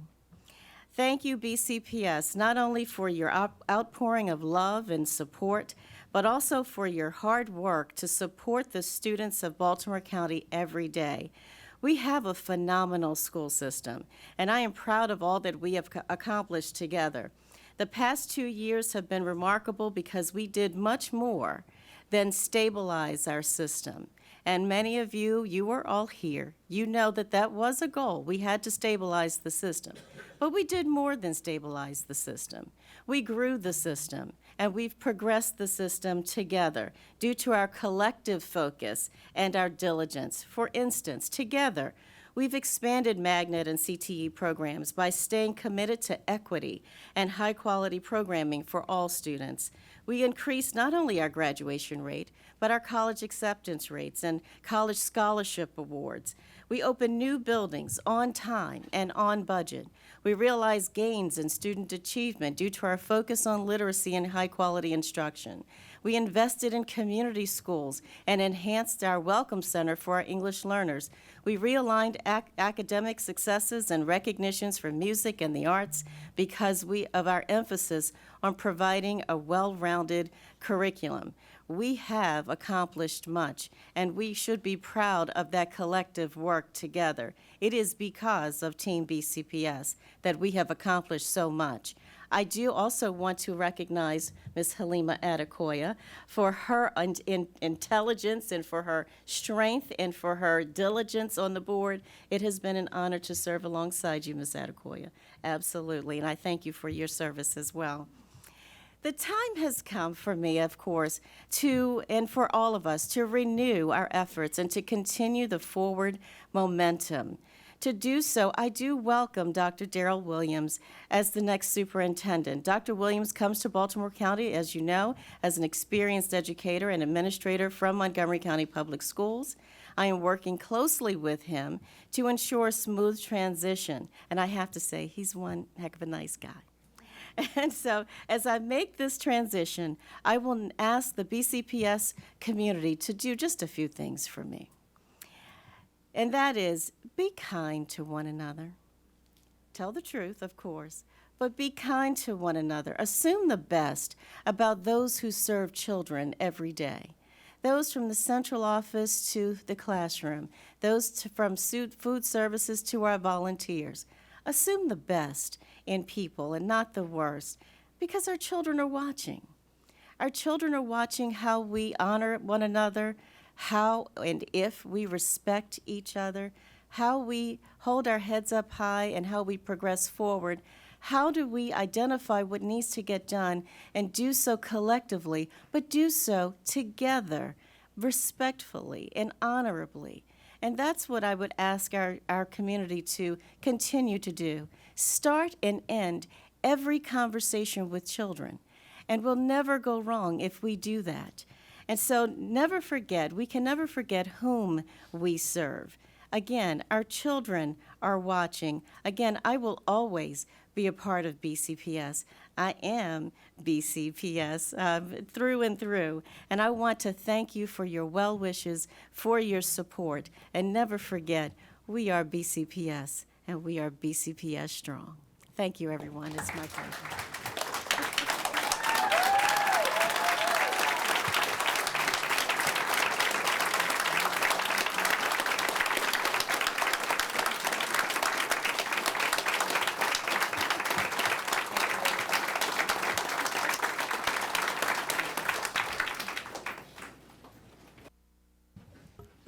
Thank you, Ms. White. Our next item is the chair's report, and I just want to start off with saying that the board wishes to thank Ms. White, our interim superintendent, who has led our school system for the past 2 years. In addition to her normal responsibilities, as she mentioned, she attended every graduation and shook the hand of every graduate, which was very, very meaningful. Her contributions to BCPS span more than 2 decades, and we appreciate your personal and professional dedication to the system, and we look forward to her continued engagement with the BCPS family, and we appreciate your support of Dr. Williams in the transition. So again, we want to thank you, Ms. White.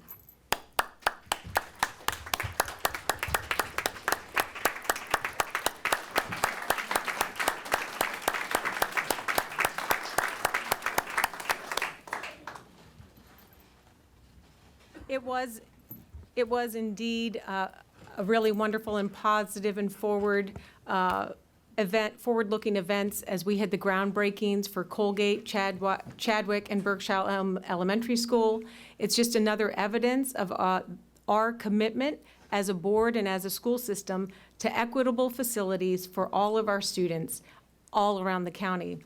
We appreciate the partnership with the school system, the county, and our state funding partners who all share in this work with us.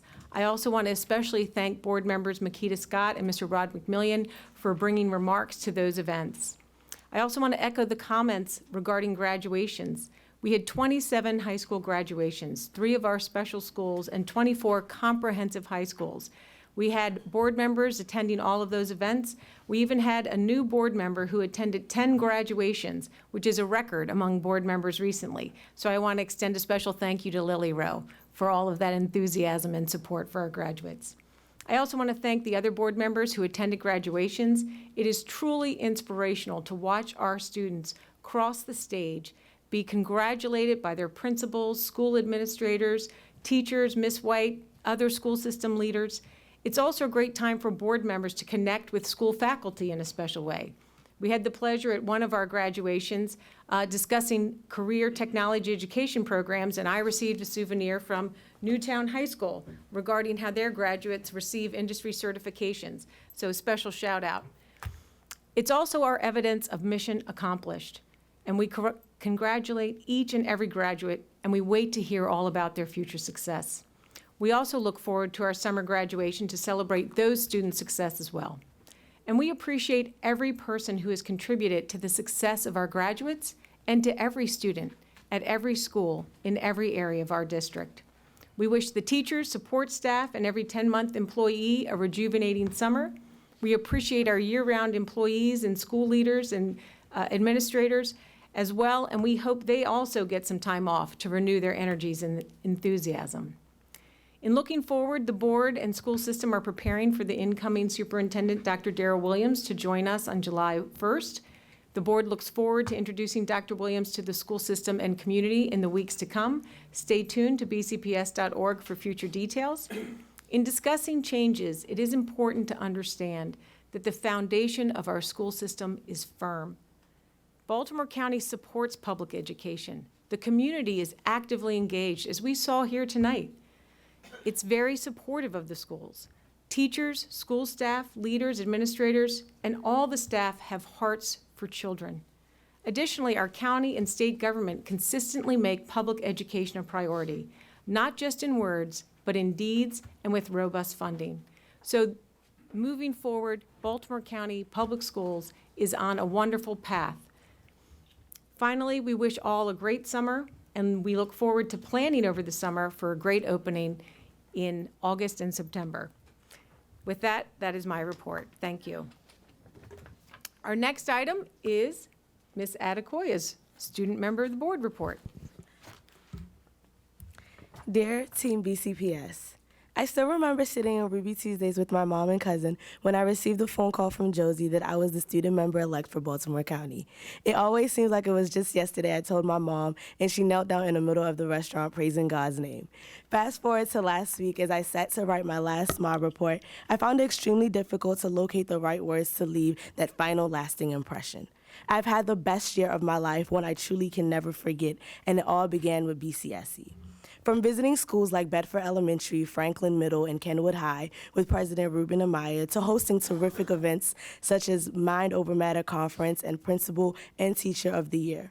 From filming Hanging with Halima with the phenomenal BCPS-TV crew featuring my alma mater, Milford Mill Academy, Eastern Technical High School, Randallstown High School, and Chadwick Elementary, to filming various Chat Cafe episodes with intelligent students like Shane Shakur, Raina Ruiz, Jonah Nicholas of Catonsville High School. Additionally, last but not least, having the blessed opportunity to speak at State of the Schools and be honored and the honor to be named the 2019 Baltimore County Young Woman of the Year. Through my jam-packed year interacting with the diverse student population of BCPS, they have opened my eyes and taught me a plethora of lessons. I do not take any of them for granted. As their advocate, they've supported me in fulfilling my mission of being the voice to the voiceless. I couldn't be more encouraged for the supportive pockets of people who have encouraged me to authentically be myself, empowered me to continue to persevere despite the obstacles, and inspired me to aim higher and think bigger for the beautiful, talented, and unique scholars of BCPS. Again, my spectacular year would not have been possible by my low sum. Thank you to every single student, teacher, counselor, advisor, principal, system, and government official who invested in me, my thoughts, and ideas. You have all individually given me your time, love, and support, which aided me in having a successful year as student member. I will never forget your individual imprints on my life. Once again, thank you. So, since it's the last time in the rodeo, it's only by I advocate one more time as a student member for my scholars. I implore my board members, central office staff, administration, teachers, and community members to put our children in the center of everything we say and do. It must start with them. Our scholars have voiced their needs for their mental health to be placed as the proposition with elevated awareness brought to where their school mental health professionals are located in their buildings and the need for more professionals in their buildings. They have genuinely asked that labeling, division, and animosity in the system disseminates on all levels with equity at the forefront. They have voiced their need for adequate buildings, renovated infrastructure, and standard up-to-date equipment. They have voiced their desires for actions to take place around bullying because never forget kindness matters. They have voiced their desires for intense professional development for our incredible teachers and successfully implementing devices because truthfully they love them. They have voiced their need for a revised handbook in reference to dress codes. They have voiced that it is paramount that school safety protocols are acknowledged with high regard on all levels. Last but not least, our school students have voiced their heart desires for quality education with quality leadership who foster environments built on inclusivity of all and consistency with all. It is imperative we continue to fight for them through every possible way we can. Scholars, I only have one final word for you all. Be the voice and not an echo or a whisper. Be it when it's uncomfortable, be it when you're the only one, and continue to be it even if you're the first and you're not heard. The experience I've had this last year is one I will truly never forget. I am eternally grateful for its highs, lows, and all-around lessons. As I matriculate into university with a new narrative, my purpose will not change. I vow to continue to encourage our youth to rise above, empower our youth to be the best them, inspire our youth to be the change they wish to see, and educate our youth because knowledge is power. Thank you, Team BCPS, for this opportunity, but look out, I'll still be back. From Halima Adekoya, 2018-2019 SWAB. God bless, thank you, and I love you all.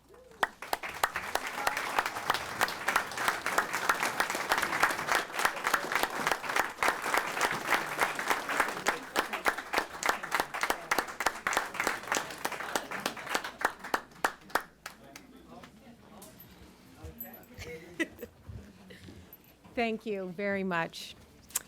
Our next item of business is unfinished business consideration of the 2019-2020 school calendar. For that, I ask Dr. Mayo and Mr. Duke to come forward.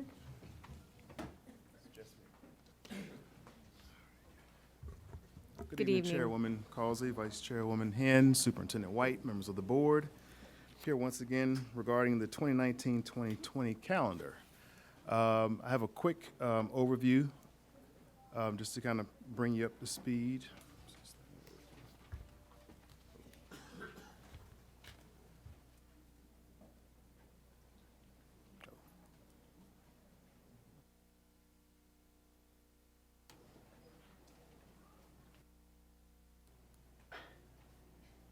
Hold on, please.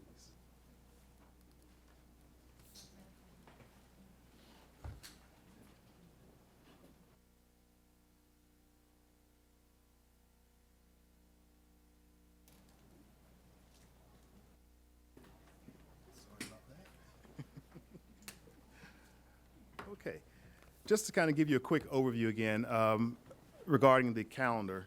We have state guidance documents that we utilize when it comes to the calendar, and we have to look at the number of school days as well as the length of the school year when considering the school calendar. The state requirement as far as the number of student days equates to 180 days, and for high schools, we need to have 1,170 hours. Elementary and middle schools are required to have 1,080 hours. And this is just a refresher from the previous presentations that we've discussed regarding the school calendar that I wanted to kind of bring you up to speed on while we were back today. With the calendar that was approved back in March of this year, we had 3 emergency closures, and we had a spring break that equated to 10 calendar days. At that particular time, when we were looking at this calendar, we were also considering the fact that we will have a 6-hour and possibly 45-minute day. Also looking at the fact of possibly having a 6-hour and 35-minute day, which is what we have currently this year, which would have equated to 15.5 hours as far as for a cushion. Being the fact that we only will have a 6-hour and 30-minute school day, that brought us down to only a 30-minute cushion. And when I say a cushion, it's when we have inclement weather or emergency closures for the school system. So when we have a delayed opening or early release because of any type of weather or emergency closures, we have to have a balance of hours, especially at the high school level, to make sure that we're going to meet the hour requirement, which is 1,170 hours, and also in some cases the day requirement. So with that being stated, we had to come up with some different options to ensure we would have enough of a balance moving forward for the 1920 school year. So the first proposal would be a pre-Labor Day start for the calendar, which would be a 6-hour and 30-minute day. And you'll see also that we have based this on 183 student days, whereas the previous one was based on 181 days. So we're building more days into the school year to help build more of a balance for our high school students. This calendar also provides 5 emergency closures, and it also, as I stated, gives you 10 calendar days, so it gives you a full spring break, and this is the pre-Labor Day calendar. The second proposal also is 183 student days at 6 hours and 30 minutes with a 6 calendar day spring break. So your spring break would be condensed in this particular calendar with 5 emergency closure days built into the calendar. 2 of those days being President's Day in the event we have any emergency closures prior to February 20th, I believe, and then also Easter Monday would be another date which would be considered an emergency closure day as well with this particular calendar. And all these, the 3 calendars that I'm presenting right now equate to 16.5 hours of a balance for the school system. The last calendar option, which was not part of the survey that was placed online, which I'll discuss briefly in a second, is also a post-Labor Day calendar, and it's the calendar that also looks almost identical to the calendar that was approved back in March.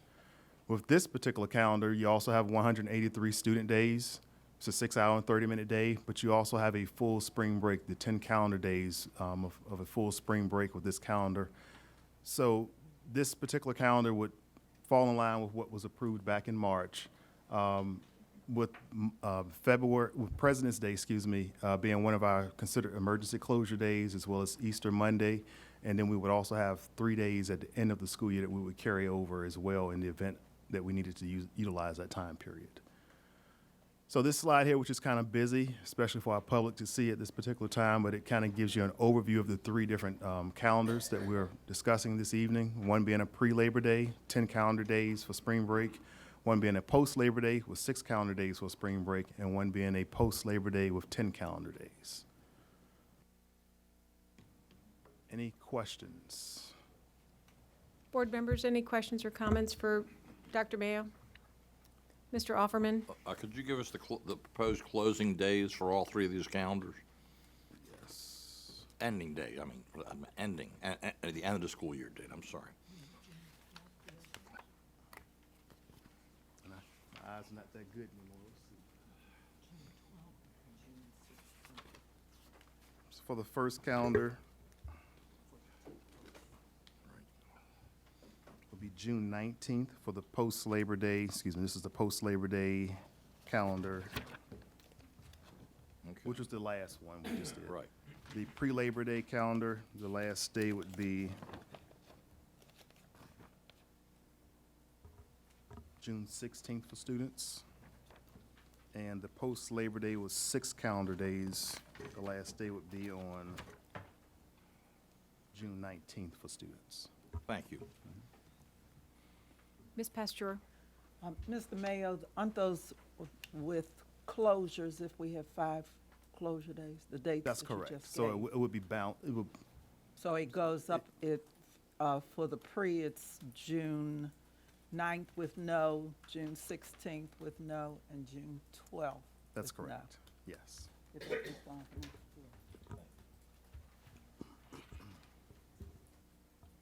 Ms. Rowe? What happens if we exceed the 5 days for closures? Well, we have 16.5 hours built into the calendar, so that we could utilize some of that time. Or we'd have to extend the school year possibly, or look at possibly reducing spring break and other days throughout the year as well. So we have different variables we have to take into consideration once the school year starts. Okay, so depending on which calendar we pick, if we exceed that amount of time in closures, the spring break or the end date could still change? That's correct. Okay, thank you. Board members, for your consideration, I would like to make a motion. I would like to move that the board adopt the latest option presented by the school system, which is the original start date that the board approved, which is post-Labor Day for the students, but includes the 10-day spring break pending state approval of using the two holidays, President's Day and Easter Monday, as provisional inclement weather days, and that the school system, with diligence and urgency, appeal to the state for such approval. If the board does not receive state approval, then the board adopts the option that has the student post-Labor Day start as already scheduled, and that has the shortened 6-day spring break. Second. And just to speak a moment, thank you, Ms. Henn, for the second. And just to speak a moment to my motion, we have received a great deal of input at the board regarding the challenges that would be presented in changing the start date of school at this late date. And we've received that input not only from teachers, who many of them have jobs that they have during the summer and they've signed up for jobs, but also families, where families have made arrangements for children with childcare and so forth, as well as system staff throughout the system that have made plans. The other issue with changing the start date at this late time is that starting 1 week earlier would be a loss of planning and preparation time by the entire school system, including construction projects that we have underway. Starting 1 week earlier at this late date would be a loss of transition time for our incoming superintendent. Additionally, we still have 2 large high schools and other schools that remain without air conditioning and no temporary cooling solution. When school started last year after Labor Day, there were 10 schools that were closed for the first 3 days due to excessive heat. So if we started 1 week earlier, that would just be not logical, as there would be a great risk of having those schools not be able to start. And finally, there are many students, teachers, and families that have already planned to participate in the agricultural activities and competitions, which for many students are the exemplary final assessment of their agricultural efforts throughout the year in terms of the number of competitions. So I would ask my board members to consider my motion. Are there any questions or comments?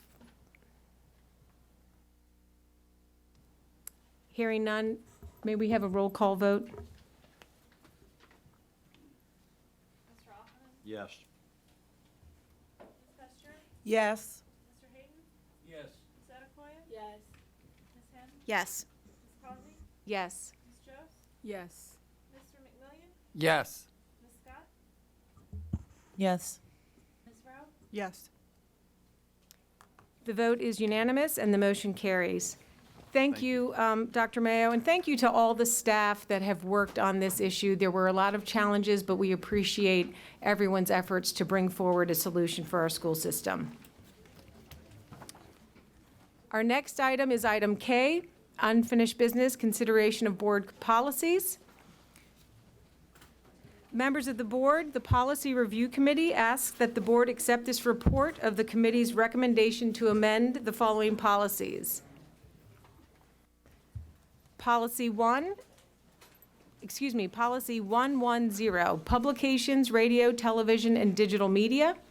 Policy 1200, community involvement. Policy 5550, disruptive behavior, which is renamed as Student Behavior Code.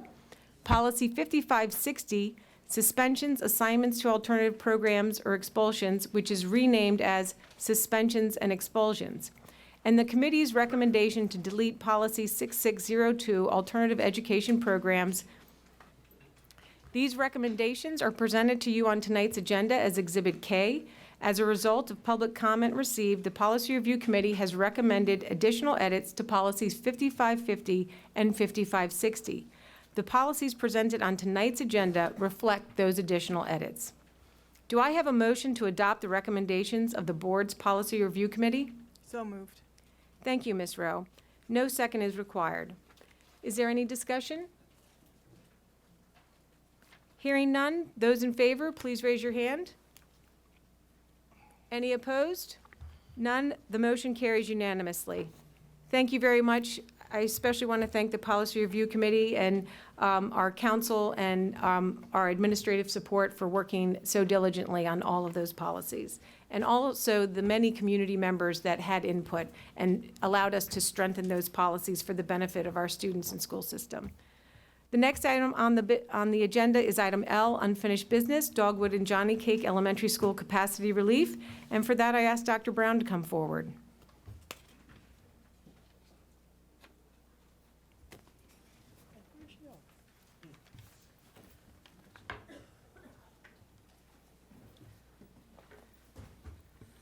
Good evening and welcome. We also have Dr. Raquel Jones joining us. Good evening, Superintendent White, members of the board and community. That'll probably be the second to the last time I get to say that. We're here today to bring to culmination the boundary work that was in place for Dogwood with Featherbed Lane and Johnny Cake in Edmondson Heights. That's been presented. The board had a hearing, no one attended. And at this point, we'd ask the board to adopt the two proposed boundaries, the boundary modifications for Johnny Cake and Ed Heights, as well as that for Featherbed Lane and Dogwood. Do I have a motion to approve the recommended capacity relief options for Dogwood, Option 2, and Johnny Cake, Option 4, elementary schools? Thank you, Ms. Rowe. Do I have a second? Thank you, Mr. McMillian. Is there any discussion? All in favor, please raise your hand. Any opposed? The motion carries unanimously. Thank you. Thank you, Dr. Brown and Dr. Jones. For the next item of business, item M, personnel matters, I call forward Dr. Mayo. Good evening again. I'd like board consent for the following personnel matters: retirements, resignations, leaves of absence, deceased recognition of service, certificated appointments, and consideration of the Central Area Education Advisory Council appointment. Do I have a motion to approve the personnel matters as presented in Exhibits M1 through M6? Thank you, Ms. Pasteur. Do I have a second? Thank you, Mr. Offerman. Is there any discussion this evening? All those in favor, please raise your hand. Any opposed? The motion carries unanimously. Thank you, Dr. Mayo. The next item of business is administrative appointments, and for that, I call on Ms. White. Thank you, Madam Chair, members of the board. I would like to bring forward for your approval the following administrative appointments. Principal, Edmondson Heights Elementary School. Principal, Lansdowne Elementary School. Principal, Patapsco High School and Center for the Arts. Assistant Principal, Chadwick Elementary School. Assistant Principal, Charles Mont Elementary School. Assistant Principal, Perry Hall High School. Assistant Principal, Sandy Plains Elementary School. And Specialist Teaching and Learning, Office of Special Education. Do I have a motion to approve the administrative appointments as presented in Exhibit N-1? Thank you, Ms. Pasteur. Do I have a second? Thank you, Mr. Offerman. Is there any discussion? All in favor, please raise your hand. Any opposed? The motion carries unanimously. Okay, thank you. So I'd like to acknowledge the following individuals. I'd ask that they stand along with any family and friends that they may have with them tonight. And let's offer congratulations first to Laura Clark, who will be the new assistant principal at Sandy Plains Elementary School.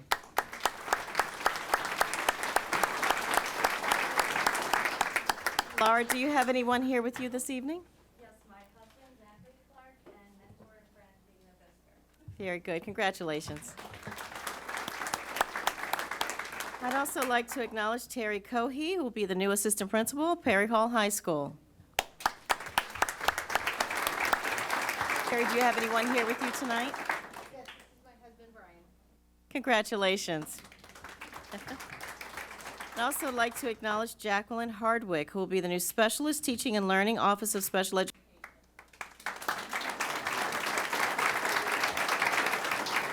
Jacqueline, do you have anyone here with you this evening? Congratulations. I'd also like to acknowledge Maria Henry, who will be the new assistant principal at Charlesmont Elementary School. Hi, Maria. Do you have anyone here with you tonight?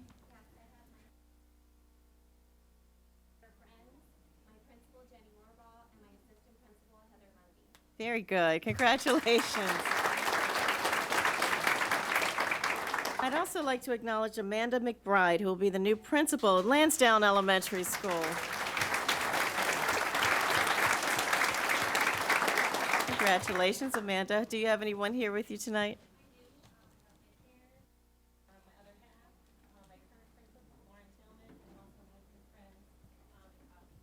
Congratulations. I'd like to acknowledge Scott Rodriguez Hobbs, who will be the new principal at Patapsco High School.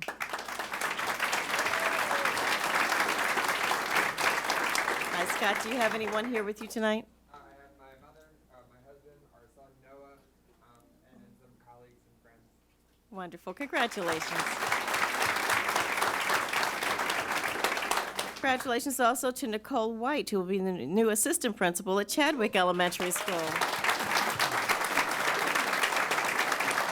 Nicole, do you have anyone here with you tonight? My husband Julius and Principal Catherine Miller. Congratulations.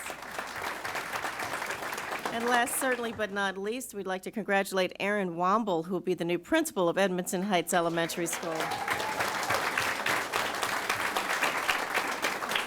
Hi, Erin. Do you have anyone here with you tonight? I do. I have my parents, I have my daughters, I have colleagues, I have my friend Dawn. Congratulations. And those are the administrative appointments tonight. Congratulations, everyone. Thank you. And congratulations to everyone. At this point, we're going to take a 5-minute recess for the board because we do have a bit of time coming ahead of us, so this will just give us 5 minutes recess, and then we'll return.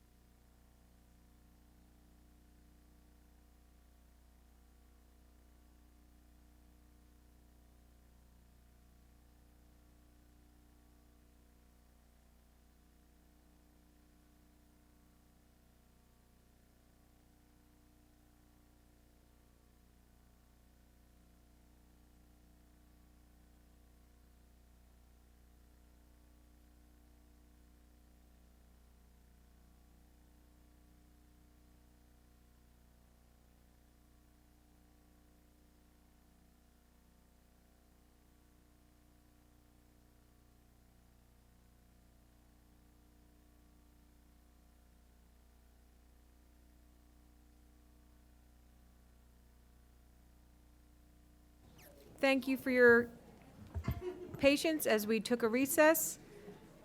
We're now continuing the June 11th meeting of the Board of Education. Our next item on the agenda is item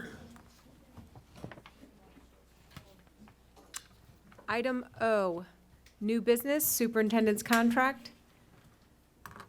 Board members, earlier you were emailed the superintendent's contract and it's attached to your executive session of board docs. Do I have a motion to approve the superintendent's contract for 2019-2023? Thank you, Ms. Rowe. Do I have a second? Second. Thank you, Mr. Offerman. Is there any discussion, board members? Hearing none, all in favor, please raise your hand. Any opposed? Any abstained? The motion carries unanimously. Thank you very much. And the superintendent's contract will be attached to the public-facing version of board docs in a day. Or in a day or two. Thank you. Our next item of business is item P, collective bargaining master agreements. For that, we call forward Dr. Mayo and Mr. Duke. Good evening once again. Like board consent for the approval of the master agreements for TABCO and ESPBC. Do I have a motion to approve the collective bargaining master agreements for the education support professionals of Baltimore County and the Teachers Association of Baltimore County as presented in Exhibit P? Thank you, Mr. Hayden. Do I have a second? Thank you, Ms. Rowe. Any discussion? All in favor, please raise your hand. Any opposed? The motion carries unanimously. Thank you very much. The next item is item Q, new business, action taken in closed session. For that, I call forward our board counsel, Mr. Nussbaum. Good evening. Earlier this evening, the board considered several matters in closed session, including 3 appeals regarding confidential employee and student matters and a personnel matter, all in your quasi-judicial capacity. The 3 appeals were on the record as there were no requests made for oral arguments. At this time, it would be appropriate to confirm all the actions taken in closed session. The summary affirmances were numbers 19-34, 19-41, and 19-58. Do I have a motion to approve the action taken in closed session? Thank you, Mr. Hayden. Do I have a second? Thank you, Mr. Offerman. Is there any discussion? Hearing none, all in favor, please raise your hand. The motion carries unanimously. Thank you. I'm going to pass around there's 3 orders to be signed this evening. Thank you. Thank you, Mr. Nussbaum. Our next item is item R, new business, 2019 capital budget supplement. For that, I call forward Mr. Smith and Mr. Saris.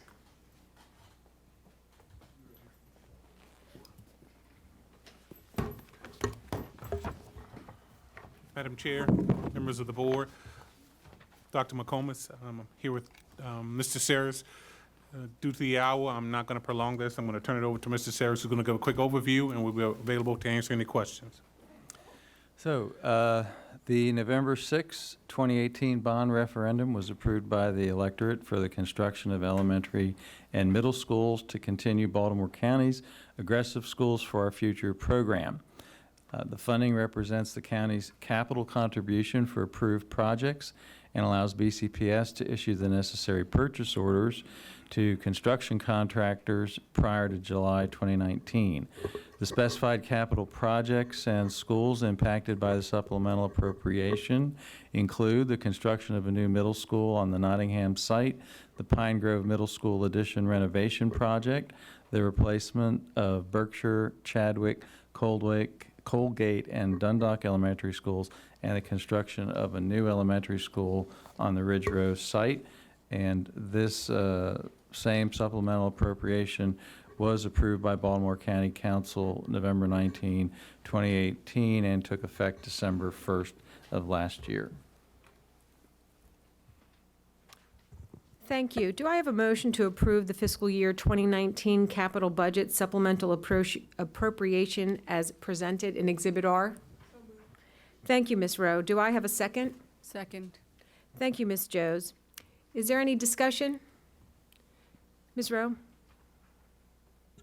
So, as you know, I initially had struggled with this because it was not clear exactly why we were doing the supplemental allocation, and I just want to make sure that my understanding of this is consistent with your understanding, is that we had a 2019 capital county request that had zeros for county money.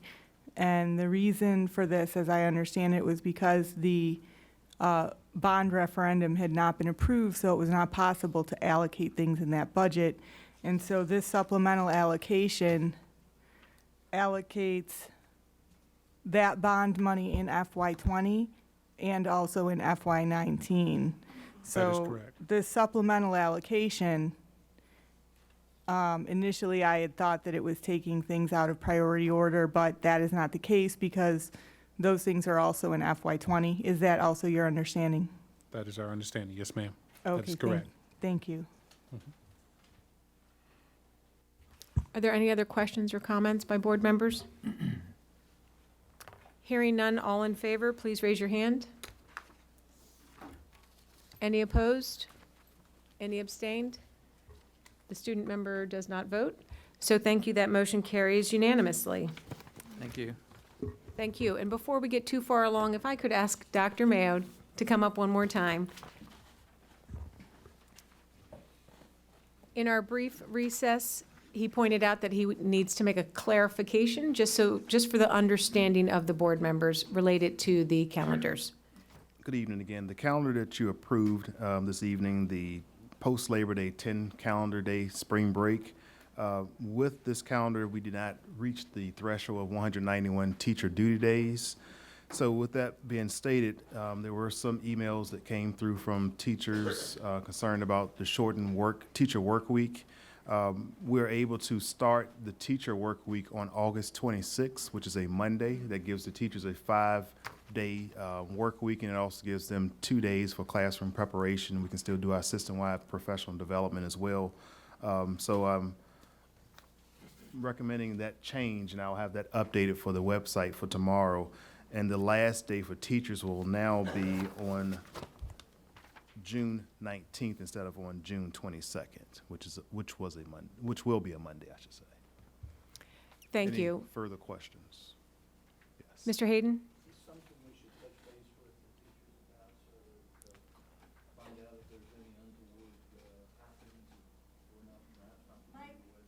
I've spoken to the president for TABCO, and then also several of the, yes. A thumbs up for clarification. Mr. Hayden, we're telling teachers they don't have to come to work on Monday. They can stop on that Friday, so I don't see any objections there. Sounds like a win-win. Okay. Any other questions or comment? Thank you, Dr. Mayo. We appreciate that. Our next item is item S, new business, privately funded capital projects, and for that I call forward Community Superintendent Ms. Byers. Good evening.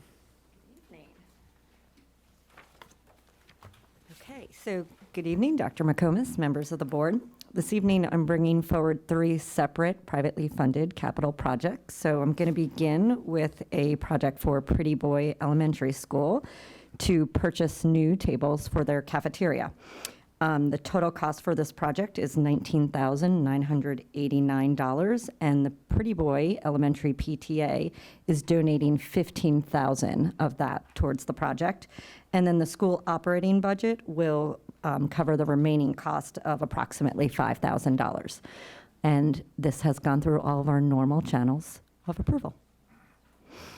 Thank you. And board members, all of those documents are in your board docs. Do I have a motion to approve the Pretty Boy Elementary School Cafeteria Tables Project? Thank you, Mr. Offerman, and I will second that. Is there any discussion? Mr. McMillian? It's just sad to me that the PTA has to pay for cafeteria tables. It's a shame that their $15,000 can't go to something else, and I just want to be on the record for saying that. Thank you. Thank you, Mr. McMillian. Any other discussion? All in favor, please raise your hand. Any opposed? The motion carries unanimously. Thank you. Okay, next I'm bringing forward for approval the purchase and installation for bleachers at Towson High School. The total cost of this project, which includes the bleachers and the necessary concrete work that has to be done to install the bleachers, is $76,200. $48,980 of that is for the bleachers, and the remaining approximately $27,000 is for the concrete work. The Towson High School Sports Booster Club raised approximately $47,000 for this project, and they were matched through a capital projects grant from the State of Maryland General Assembly for $30,000. And again, this has gone through all of our normal channels for approval. Thank you, Ms. Byers. Do I have a motion to approve the Towson High School bleachers project? Ms. Henn? So moved. Do I have a second? Mr. Offerman? Is there any discussion? All in favor, please raise your hand. The motion carries unanimously. Okay, and then finally, this is also a privately funded capital improvement project for Towson High School, and it is for the purchase and installation of a sea container. The total cost of this project is $9,947, all of which has been donated by the Towson High School Sports Booster Club. And this will be for a sea container to store equipment for essentially pole vaulting equipment. That's what they're going to be storing. Do I have a motion to approve the Towson High School sea container project? Mr. Offerman, motion. Ms. Henn, second. Any discussion? Mr. Hayden?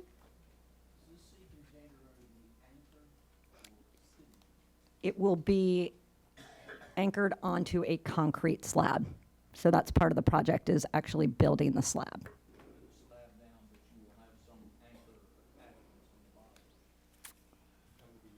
Yes. Thanks, Mr. Smith. Any other discussion? All in favor, please raise your hand. The motion carries unanimously. Thank you very much, Ms. Byers. Our next item is item T, new business contract awards, and for that, I call forward Mr. Saris and Mr. Dixit.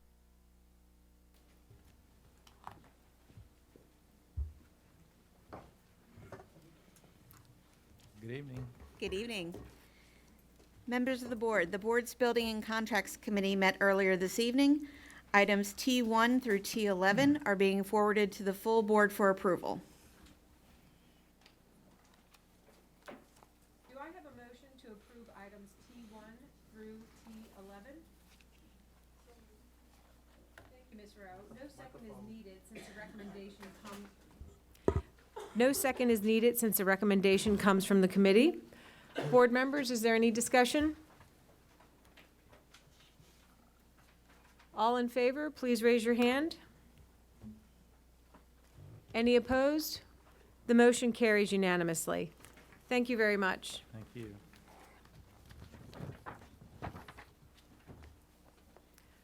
Our next item is item U, new business, report on Northeast Area Middle School Boundary Study. For that, I call forward Dr. Brown.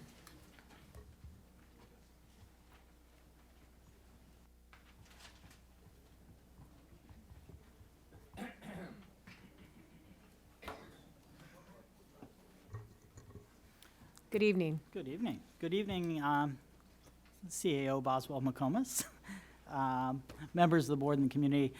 I want to first take a moment and thank the board for the opportunity to present this evening.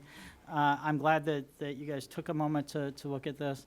I do want to underscore the sense of urgency around making a decision with this, in that it was my understanding that we were very interested in being able to have a solution for the 2021 school year, and we hurried up and got a presentation here for this group to try to facilitate that. I worry that any further delay will compromise our ability to move forward with this. That being said, I'd like to start with just a description of what we've heard already to some extent. As of this year, both Parkville and Perry Hall middle schools are overcrowded in this region. Certainly, I appreciate the discomfort that is occurring for Perry Hall students. I took time to walk the building and to be able to see what it was like in that building. I've had staff at the building this year. And again, just want to express my concern for them and the fact that, you know, we have recognized this for a while, and this is part of why we advocated so strongly for a middle school solution. When we really, ultimately the solution here is a new middle school at Nottingham and some additional seats at Pine Grove. Right now, in the schools that are immediately adjacent to Perry Hall Middle School, there are only 103 available seats in the immediate adjacencies. I believe, Ms. Henn, when you were looking at this, you also looked at Stemmers. And Stemmers does have the largest pocket of seats. One of the things that those becomes very apparent when we look at Stemmers is there are only so many routes to get to Stemmers to afford those seats to folks in the Northeast. And really, that's part of the conversation today. There just really aren't that many options to do that. And to add insult to injury as we move forward, this is an area that's continuing to grow. So by the time we get to the 21-22 school year, there's no excess capacity here at all in the region. In fact, the whole area will be overcrowded. So again, and I said this earlier today, and I've heard a couple of people say it in terms of the constituency, the real solution here is to get behind advocating for a new school. We need more seats for this solution.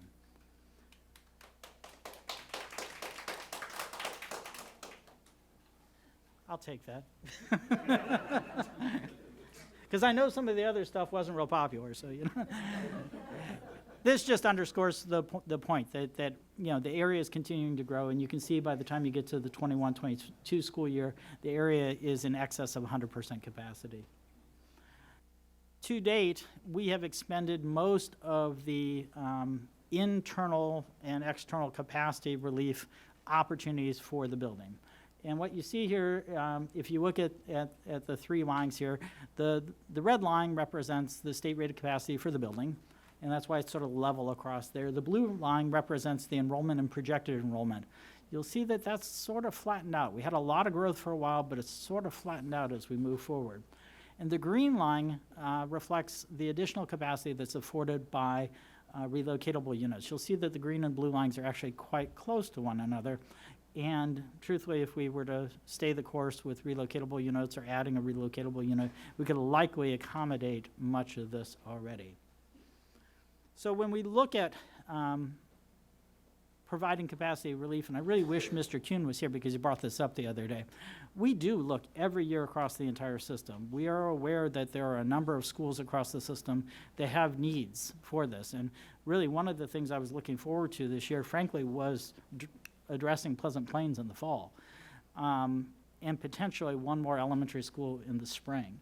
And so when we start talking about another boundary process, it starts to have these cascading impacts on other schools that we want to address. And it's part of why I feel such an urgency to try to make a decision so that I can get my team on board to moving to try to address other needs. We just don't have that much time to get these things done.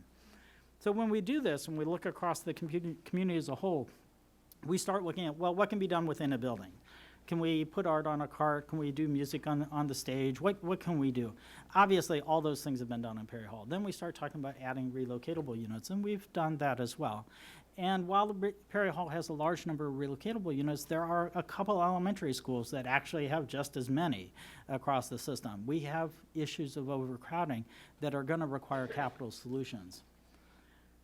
As you work up, we can talk about annexing. And I actually put an annex solution in here in part to help people understand what a boundary might look like as well.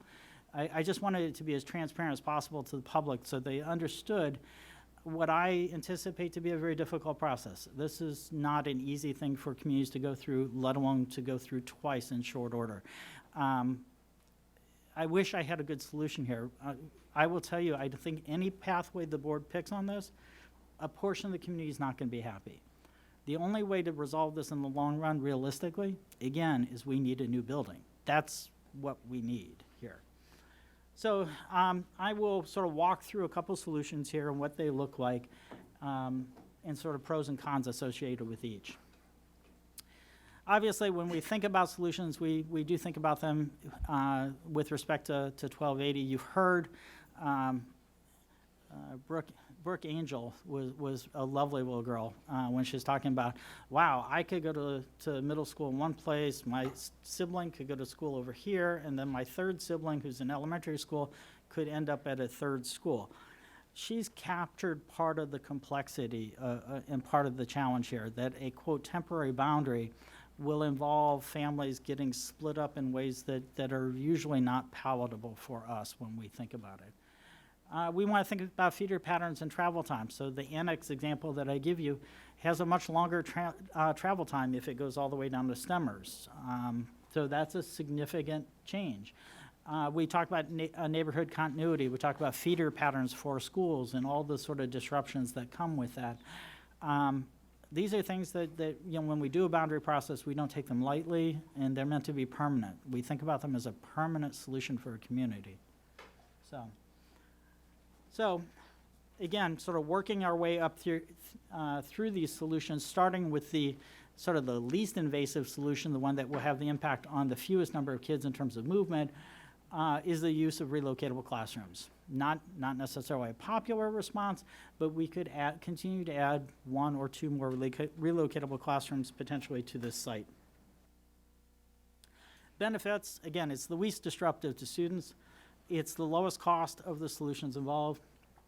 It does provide temporary and immediate relief.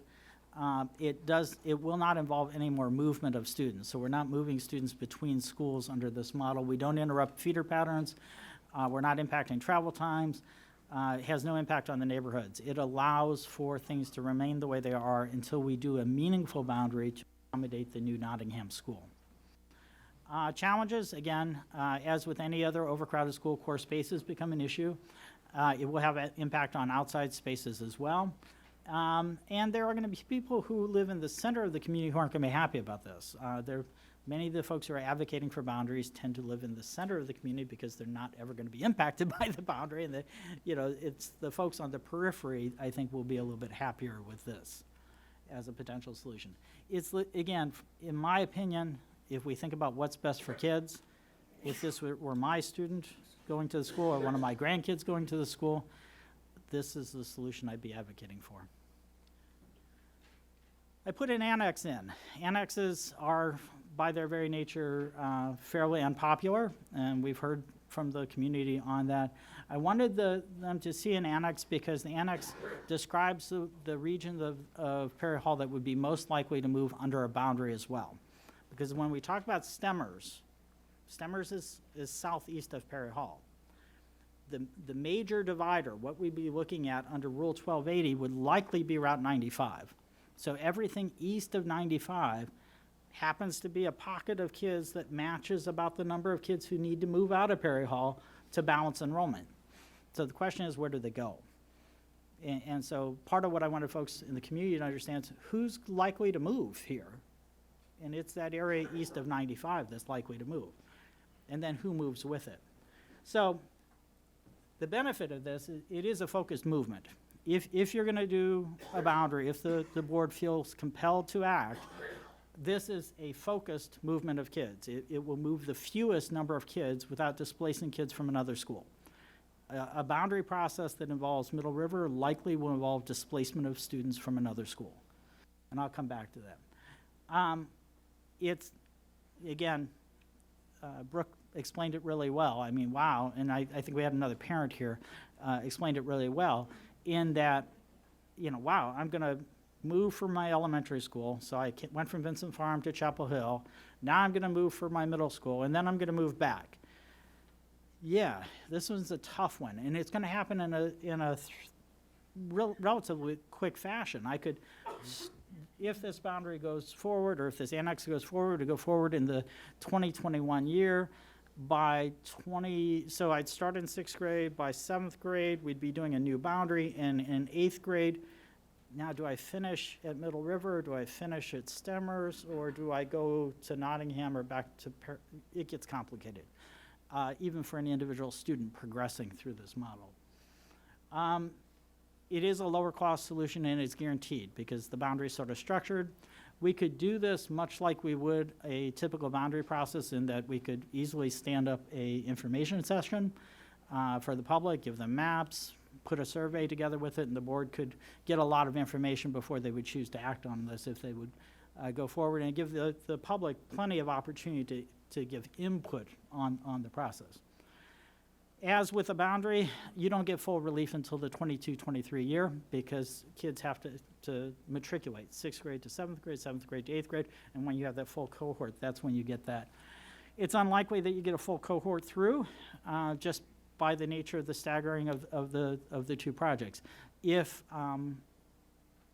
as we anticipate, Nottingham opens in the 22-23 year, kids would be going back to Nottingham when they were in 8th grade, potentially. So this does disrupt feeder patterns. It is a much longer travel time. And again, there are going to be folks who are really not going to like this because it's going to have an adverse impact on their students. And it's going to move a lot of students away from the school that they know and love. So when we look at this, we'd be moving kids directly, from that area east of 95. Part of them we'd move directly to Middle River Middle School because that would make a consistent feeder from Vincent Farms, and the Chapel Hill students we would route directly down to Stemmers under that. And again, that would involve the least disruption to any other school.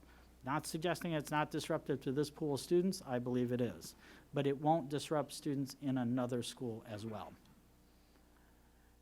As you can see, it does, if you do an annex, it does provide relief, and it does reduce the overcapacity for Perry Hall Middle School as we move forward. And as you can see, while it does take Middle River up over 100%, it's not horribly over 100%, and the impact on Stemmers is modest. The last one's double redistricting, and this is probably the one that I like the least in this model because it's permanent, and it's also the most expensive. So it could provide relief to Perry Hall Middle School, and I actually wish Ms. Mack were here today on this, in that because it's a community-driven process, people draw their own maps a lot of the time, which is to say that there's no guarantee that this community east of 95 is going to be willing to move. So we could go through this entire process and at the end of the year next year, find out in short order that this is not appealing to that community because they don't want to go to Middle River, nor do they want to go to Stemmers. Or we may find out that Middle River is maybe not willing to have a large number of students moved out of Middle River to accommodate or make space for Perry Hall. Because if Perry Hall moves 200 students into Middle River doesn't have room for that. So students will have to come out of Middle River to go to Stemmers to make room for those kids coming into Perry Hall. I'm not sure that Middle River is going to like that idea. And so when you have Middle River and Stemmers at the table, I don't know how likely they're going to be to adopt that type of boundary. It's a tough sell. Boundaries are hard in the first place. When we have a school sort of, when we've got a school at the end of the rainbow for people to go to, it's tough, but people tolerate it. And they go through that process because they know there's something good for their kids at the end. When we're asking them to do the same thing on a temporary basis and then come back a year later and do it again, it just feels like a lot of emotional turmoil for a community. And you heard some of that today as people were speaking. It concerns me because ultimately when we come back and we talk about the Nottingham boundary, we really want people to be genuinely engaged with that. We want them to think about what's best for their community moving forward, not coming in angry because they had to do something on a temporary basis that they didn't like. So, problem with this one, again, it has the most impact on students. If we do anything other than a satellite to Stemmers, it means moving kids out of one or more schools, and that's going to be tough. So, to create space for Perry Hall kids, other kids will have to move out, and I just think that's awfully tough. again, you won't see a cohort of kids move through the program. You'll see 6th and 7th grade, and you get around to 8th grade, and all of a sudden some sort of decision has to be made about where am I going to finish my middle school. Do I go back to Perry Hall? Do I go to Nottingham, et cetera? We have students that will easily be impacted 3 times. Those kids in that Chapel Hill area are going to get impacted at least 3 times in this process, and that really concerns me. It is the most expensive because if you do boundary processes twice, I mean, it's double the expense on that moving forward. We will also, again, have staff and students move more than once on this. So the staff will follow the students and then they'll move back, and it's a lot of disruption. And again, it's not a guaranteed solution. It isn't a guaranteed solution moving forward.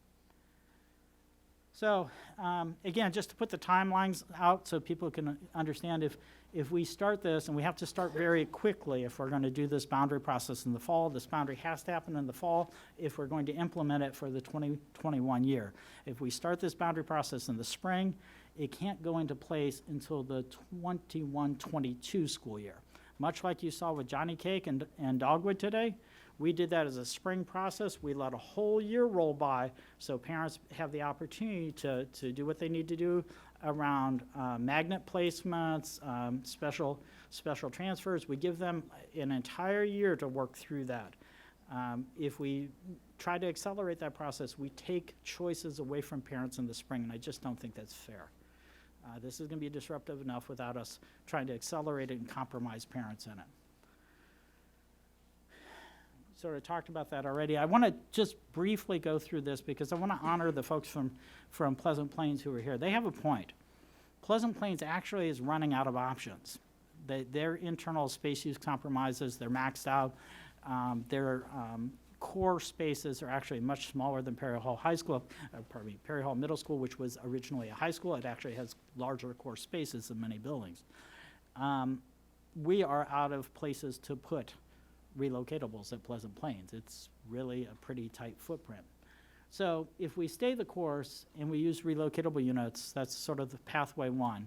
We can easily do Pleasant Plains, and then we could talk about doing another boundary in the spring to relieve overcrowding for an elementary school that doesn't have a capital project associated with it. If we were to explore annexation, again, another way to gather more information before you have to make a decision. We could do a public information session over the summer or early fall. We could absolutely put together a survey like we do with a boundary process and let people give feedback to it. And none of this compromises being able to do Pleasant Plains. I can do Pleasant Plains in the fall, and we don't have any problem with it. I just need a decision about that to be able to move that forward. The final process is if we do double redistricting and we start a district process for Perry Hall Middle School in the fall, we cannot do 2 large-scale boundary processes at the same time. And just insufficient staff resources to make that happen. These each take, again, about 1,000 hours of staff time to get done. They're just limited resources to get that done. So it would, by necessity, push any boundary work for Pleasant Plains to at least the spring to get that done. So again, I'm very thankful that the board gave me the opportunity to present tonight. Again, it's a difficult situation to be in. I am sorry that funding was delayed for the school. Ultimately, what I believe to be the most viable and best solution for students here involves a new building and a capital improvement at Pine Grove. Thank you. Board members, questions or comments? Ms. Head, and then Ms. Joes, and then Mr. McMillian. Thank you, Mrs. Causey, and thank you, Dr. Brown, for the excellent presentation and all the work you and your team put into this, and I appreciate the short turnaround. I know you scrambled and your team scrambled to provide this at the board's request, so I really appreciate all the work that went into this, and thank you. I know you're in a difficult position because you are fully aware of the situation and on top of it, as you have been, so. And we're really trying to accommodate that 2021 timeline that sure was put forward by the board. And I understand the difficult predicament because we all want that capital solution, right? And when that doesn't come forward, then what do we do? And my issue is that there is no other path forward for Perry Hall. So as I look at your last slide, and this is a great visual, by the way, with seeing the path forward, I see, okay, in that decision chart, where do we go from here? So we decide to stay the course, if that's the path that the board decides to take. and we move forward with relocatables. I'm at the school several times a week. You know, you run out of physical space, right, eventually. And then what? If the capital funding doesn't come through, then what? You know, we, as you said tonight, there is no other option. And then are we looking at a possible annexation anyway? I don't like that idea. You said you don't like it. It's not what's best for kids.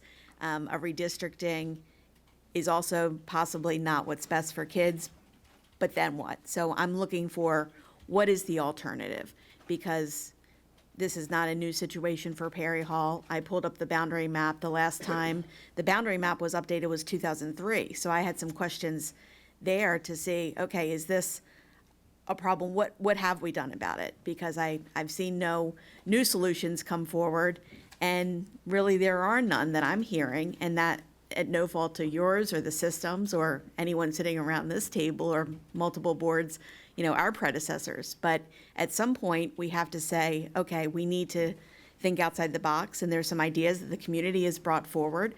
One of which I want to toss out there is the idea of a voluntary special permission transfer. If parents would be willing to send their students, for instance, to Pine Grove Middle, could that be an option that we offer to parents for voluntary transfer? And it's something I've talked to Mr. Roberts about in the past. Is it time that we consider options 1A, B, and C to look at alternatives if we stay the course? And my question, and I'm getting to that question, is have you considered options 1A, B, and C, or are there other, I guess, options to expand the space or provide some relief to Perry Hall Middle if we do decide to stay the course and wait out the capital funding and do what we can to advocate for that?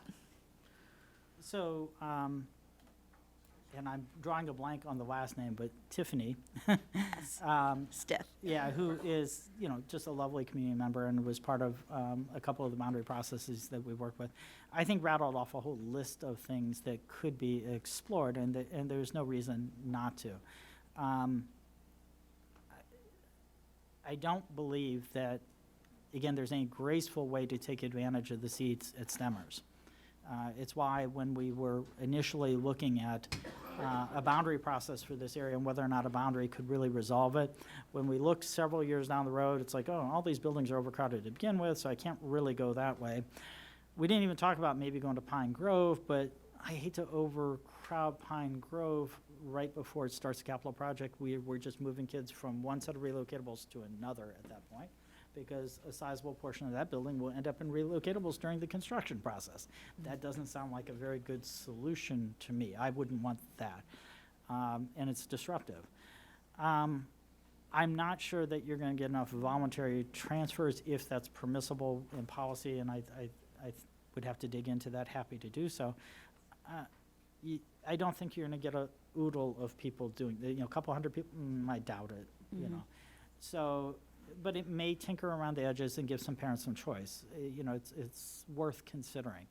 I'm just not convinced that redistricting in the short run here, because you can't even get a cohort of kids all the way through it before it's done. It just feels like it will do more harm than good. That's my concern. Given our assumption that a capital project is in the immediate future. Right. Which is a big assumption, and hopefully it is, and we like to think positively, but that is a big assumption. My fear is that we are multiple years away from that, and if that doesn't come to fruition, then we didn't provide relief for the kids that are, you know, struggling now. And staying the course does not provide the relief, as you said in your slide deck, to those core areas, and that is very real. That's not just a bullet point on a slide. That's kids waiting to see the nurse, you know, an hour and a half. It's the support resources don't scale accordingly at a school that's nearing 2,000 kids at a middle school. So my concern is that that doesn't come to fruition. We've got kids that need help now, and what can we do to help them now? And my second question to you is, what's so appealing about a boundary study in that circumstance is that it's broader. It may consider the western boundary to take into account Pine Grove. Their capital project is also on hold. I'm curious as to why the annexation that was proposed looked only to the east and not to the west, and maybe you can address that, because there are currently seats, if that is a temporary solution. We've got some seats, not a lot, but we've got some at Pine Grove, looking at possibly the Gunpowder community, some on the western boundary of Perry Hall that could be considered. But what's appealing about a boundary study is that the community is at the heart of it, right? It's community driven. Everyone has a seat at the table, and like you said, the community draws the map, and it's community driven and it's comprehensive.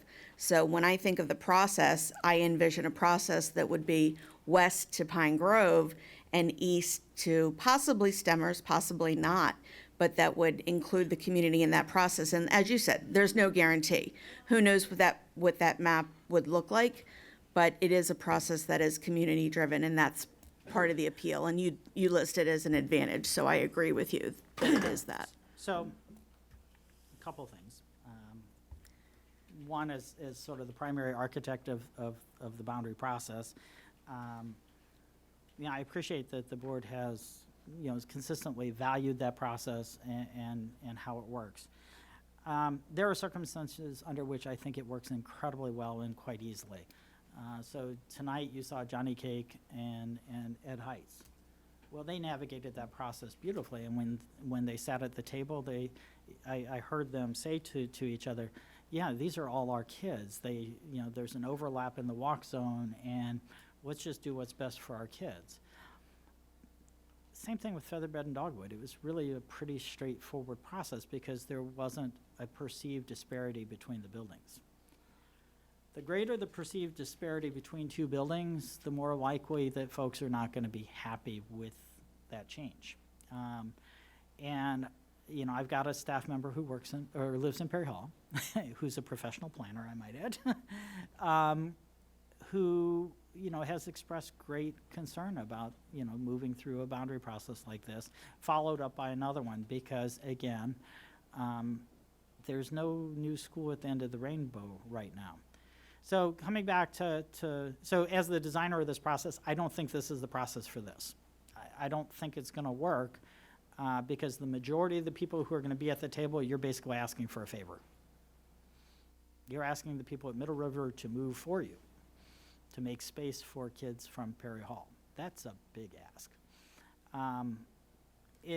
Going back to the Pine Grove, I said it before, and I'll repeat it tonight, that Pine Grove is seen primarily as a solution for Ridgely and Dumbarton. That's not to say that there aren't a few seats there, but not substantial relief. And if we were to provide the sort of relief that Perry Hall needs, a couple hundred kids, we would fill Pine Grove to the brim right before a capital project, and we'd be moving them to put them in relocatables at Pine Grove. And that just, again, doesn't seem to make sense to me, to ask families to go from their home school to another school to end up in relocatables at that school while they're doing a building project there, which is why I didn't go that direction. Because if we were to go that direction, frankly, I would need to have Ridgely and Dumbarton at the table so that we could allocate seats appropriately as we move forward with that. And at that point, Perry Hall is going to get little or no relief from that, and we'd be talking about the future relief for Pine Grove. So really, again, the lion's share of seats, and you pointed them out yourself, are at Stemmers. There's just no graceful way to get there, and I don't think that Perry Hall families are going to be happy with movement to Middle River or Stemmers. Do you have an idea, and if this is an unfair question, I apologize, and you can get back to me, as far as the history of boundary adjustments in the Northeast, as far as the middle schools are concerned? Because I know this is an area with significant population changes in terms of demographics, with growth. The Honeygo area, and particularly in the last decade, has grown enormously. And to my knowledge, the boundaries for Perry Hall Middle have never been changed. The last map is dated 2003. Which in may terms just- of a systemic. may just be an updated map. We may have just put the map in a more Sure. current tool. But do you know, and there was an addition built onto the middle school, I believe in '96. Do you know if that was the last date that a boundary study process was done for the school? I do not know that off the top of my head. We can certainly get that for a weekly update, though. Sure, and I couldn't find that information as well, so I think it's a fair assumption that that was the last time the boundaries for Perry Hall Middle have ever been looked at. And it's also fair to say that the community has changed significantly in that time.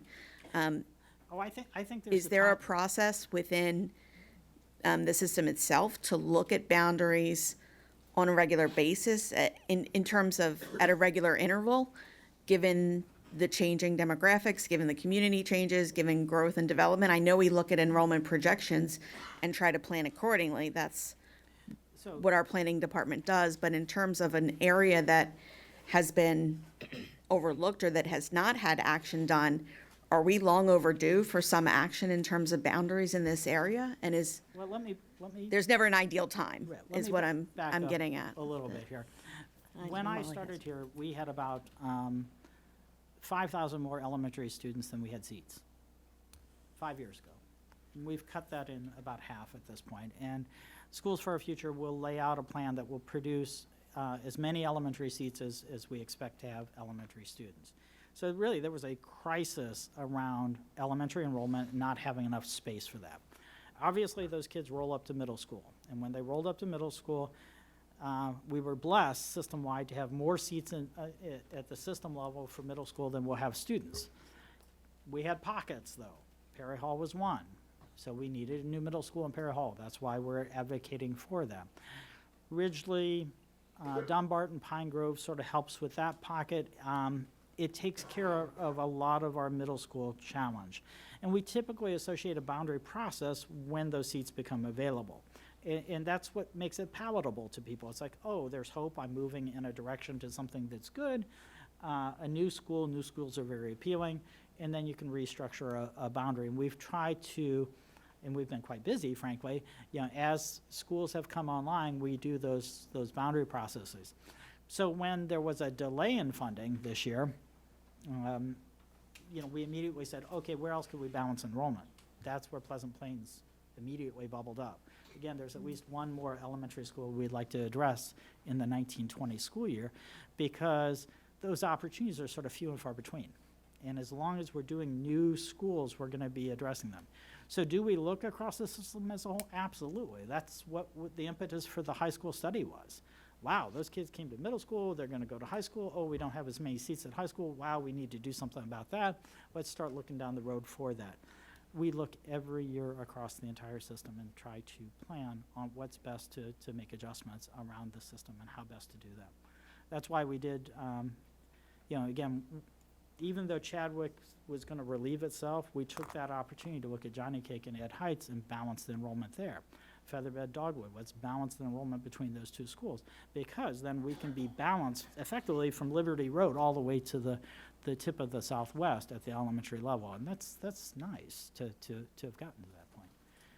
So we look every year at this and we try to figure out how can we pace these and where can we place these activities.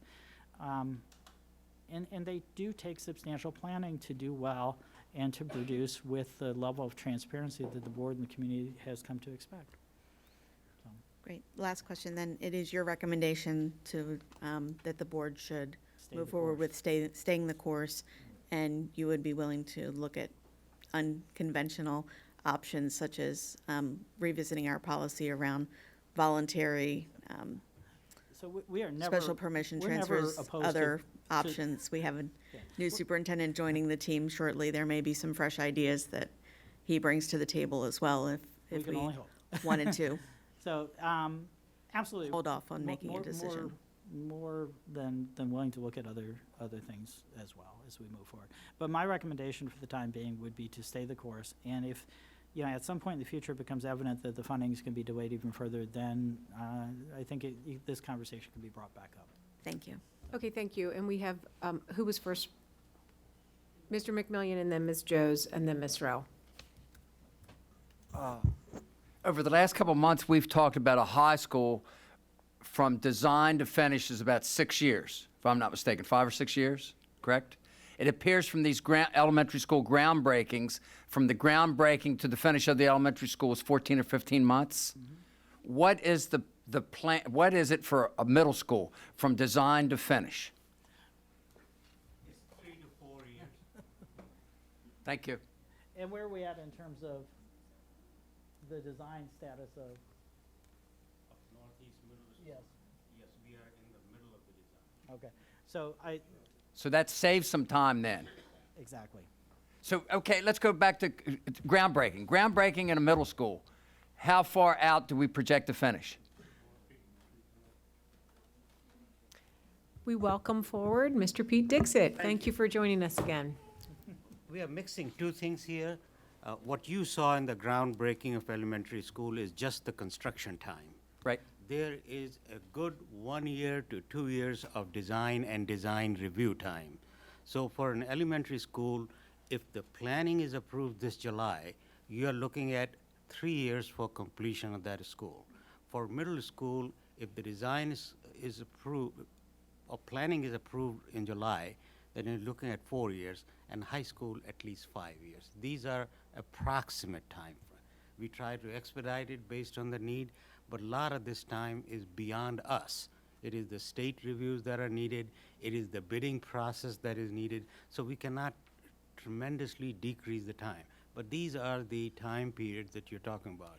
A 3-year for elementary school, a 4-year period for middle school, and 5 to 6 year for high school.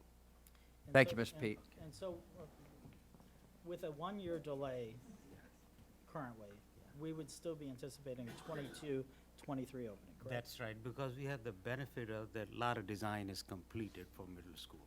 We were anticipating funds this year, so we are in the final stages of the design of middle school. So the timeline that I provided with 22, 23 is consistent with that building. Ms. Joes? Thank you, Dr. Brown. I also visited Perry Hall Middle School with you and with Mr. McMillian, and I have a child that attends Perry Hall Middle School, so I know the issues that you're talking about. Explain to the board what happens if we don't make a decision today in terms of the timeline, how that. So we have communications that go out right now for those schools that are going to be involved in a boundary process, and we're sort of running out of time to get those communications out. We also need to bring the pool of people who are going to work in that boundary process together and start moving through that. We have to engage a vendor and schedule dates for that to get that off the ground. And all of those things, the further we go down the road, the more difficult it becomes to get those done. You know, my team, frankly, was a little frustrated with me for taking it to here. They wanted a decision a while back because they really want to get moving on this. They want to have a defined pathway forward. And what is likely to happen is that we're going to lose the opportunity to do a fall boundary process and instead be stuck in a spring. Well, doing a spring boundary process will preclude an opportunity to do anything for Pleasant Plains. And it will also mean that that boundary won't be implemented in the 2021 school year, which was my commitment to come with options that could be done by 2021, but instead would be in the 21-22 school year, which means you would only have 1 year of that in place before it changed. You'd no more than complete it, and you'd be starting the second boundary literally the next year. That just sounds awful to me, to be honest. So this might be for Mr. Dixit. I just saw that we just appropriated some funds for the Northeast Middle School in Pine Grove. So they are in design currently, correct? So if we were to delay this process, essentially it would be overlapping with 2022, given the fact that we do get construction money. That's a whole different ballgame. It would be another boundary study that would start. And my kids just went through 2 boundary studies from Chapel Hill to Honeygo. So I know, and I feel the pain, but how do we address it now? And if we don't make a decision today, we just let it slide, essentially it'll be option 1? If you don't make and I would ask that you make a recommendation today, just so that we can keep the trains on time with some things. Yeah, a lack of decision today means that we will be using relocatables for the 2021 school year because we won't be able to get the boundary process done because it would have to be done in the spring. And again, if we tried to implement very quick, I mean, the decisions for a boundary come like now. So school would be closing when you made the decision about the boundary for Perry Hall Middle School. Parents wouldn't have had the opportunity to look at, again, magnet opportunities. They wouldn't have had the opportunity to look at special permission transfers, et cetera. It takes choice away from parents. And that's why we don't implement spring boundaries the following fall. We give a whole year on that to accommodate those choices for parents. Thank you. And so also this, this would also help Pleasant Plains if we do the boundary study. Would that? If we don't do a boundary, if we stay the course, it would help Pleasant Plains because I was already on track to do a boundary for Pleasant Plains this fall. Then this bubbled up and it was like, okay, I can't do both, so we have to pick. And if the board's advocating that we do Perry Hall and board votes that we do Perry Hall, then by very nature we have to delay Pleasant Plains. I would be able to do Pleasant Plains, or my team would be able to do Pleasant Plains, and we would likely be able to address one more elementary school in the spring of next year with a boundary process, which I'd very much like to do because, again, we have very few opportunities to address those pockets out there that don't have a capital plan or program associated with them. So we like to, usually we're doing these boundaries in conjunction with the capital project a year before the capital project comes to fruition. Thank you. Thank you. And I do just want to point out that there is a meeting that has been called for 1 week from today. So there is an opportunity to revisit this in 1 week. Ms. Rowe? Dr. Brown, I'm sorry. I don't know if this is a question for you or if I need our capital budget people. But, so my understanding of the state capital budget process in this project for the Northeast Middle School is that we have all of the county portion allocated, and what we need to do the Northeast Middle School is the state portion.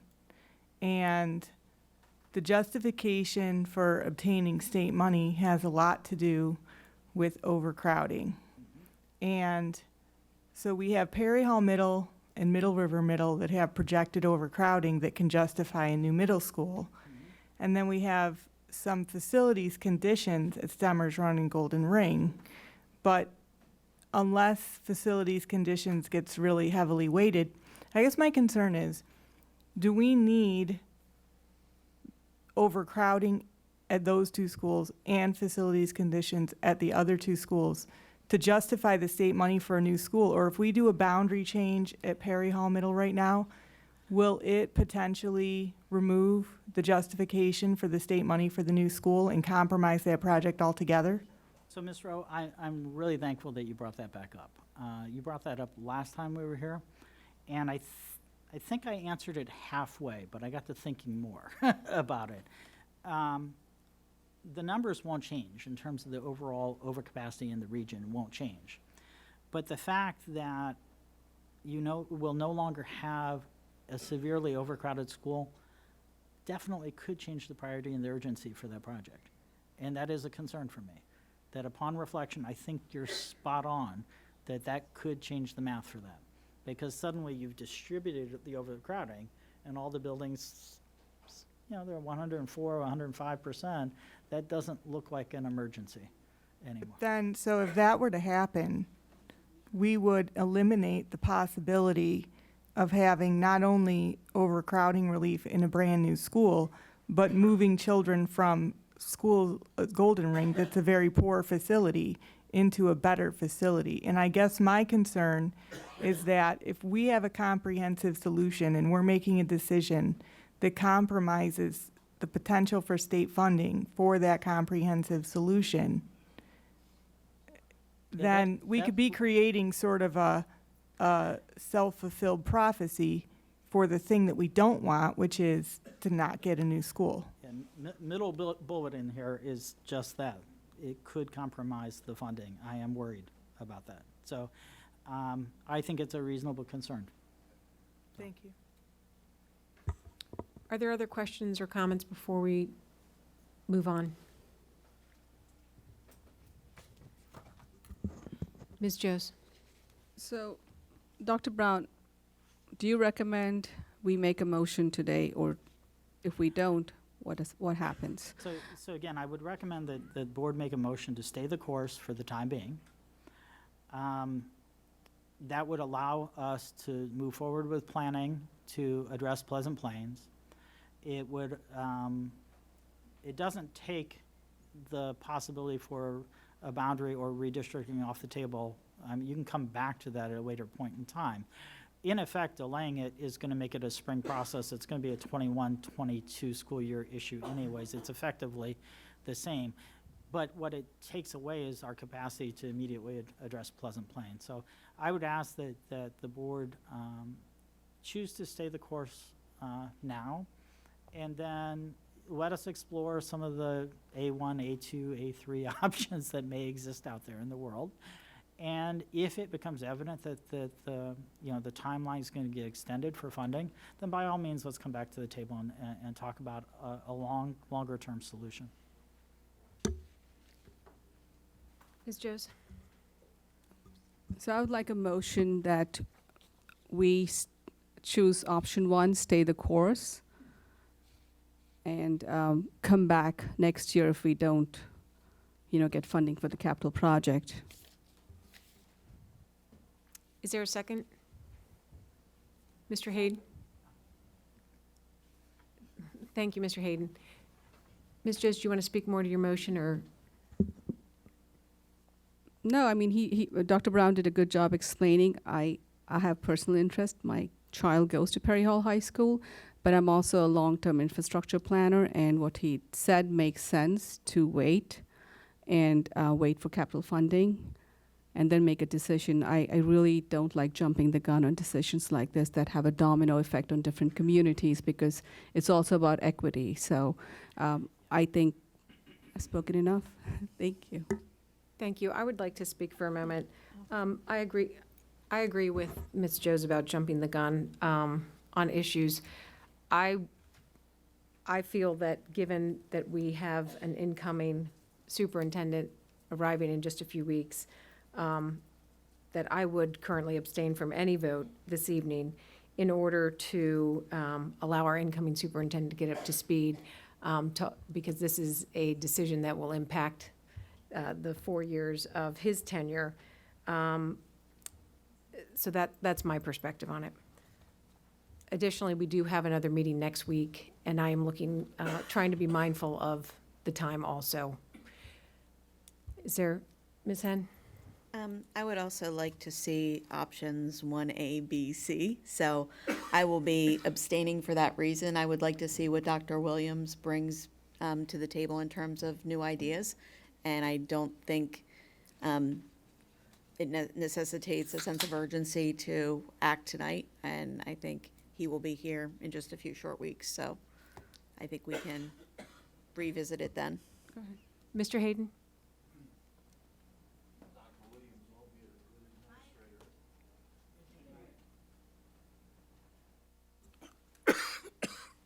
You can hear my cough better with the mic on. Dr. Williams, albeit a good administrator, is not going to come in here as a miracle man and learn all about our system, all about our schools, just like that, and say, okay, let's go, this is what to do. We've got people who are well-versed in the school system. They've done a lot of homework, and they've brought a suggestion to us that makes inordinate good sense. If we stall on this, we're just asking for trouble. We have got to move forward on something. And in my checkered past as a school board member way back when, I found in redistricting and the like, the longer you waited, the more or the less you got done. So we've got something in mind. Let's move forward on it. Let's keep the community involved and make sure that we can get something done. Board members, any other discussion? Ms. Rowe? I just have one question. If we vote in favor of this motion, then it's the same as doing nothing?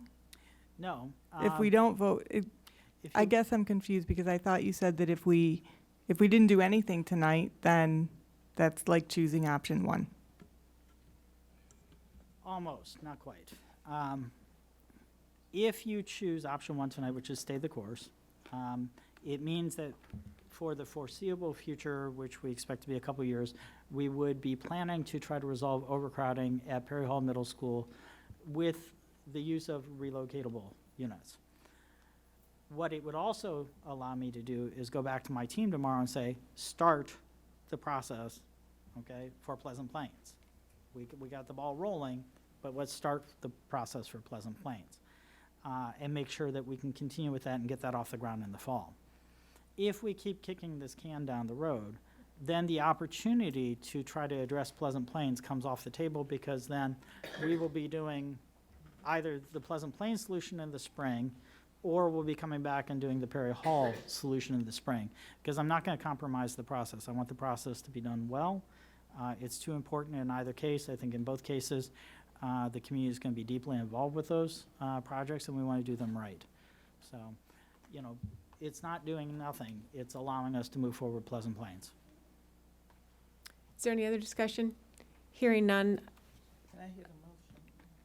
I need to hear the motion. Can you repeat the motion, Ms. Joes? I make a motion that this board choose option one, stay the course, and come back and revisit this if we don't get capital funding for the construction. May I have a roll call vote, please? Mr. Offman? Yes. Ms. Pasteur? Yes. Mr. Hayden? Yes. Ms. Acquin? I'm sorry. Ms. Henn? Abstain. Ms. Causey? Abstain. Ms. Jones? Yes. Mr. McMillan? Yes. Ms. Scott? Yes. Ms. Rowe? Yes. Thank you for your guidance. Appreciate it.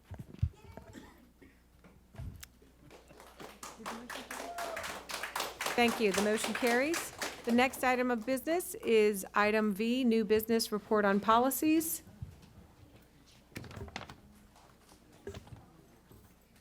Members of the board, the Policy Review Committee asks that the board accept this report of the committee's approved proposed changes to the following board policies.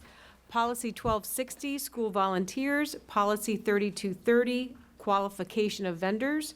Policy 8130, internal board policies, organization formulation.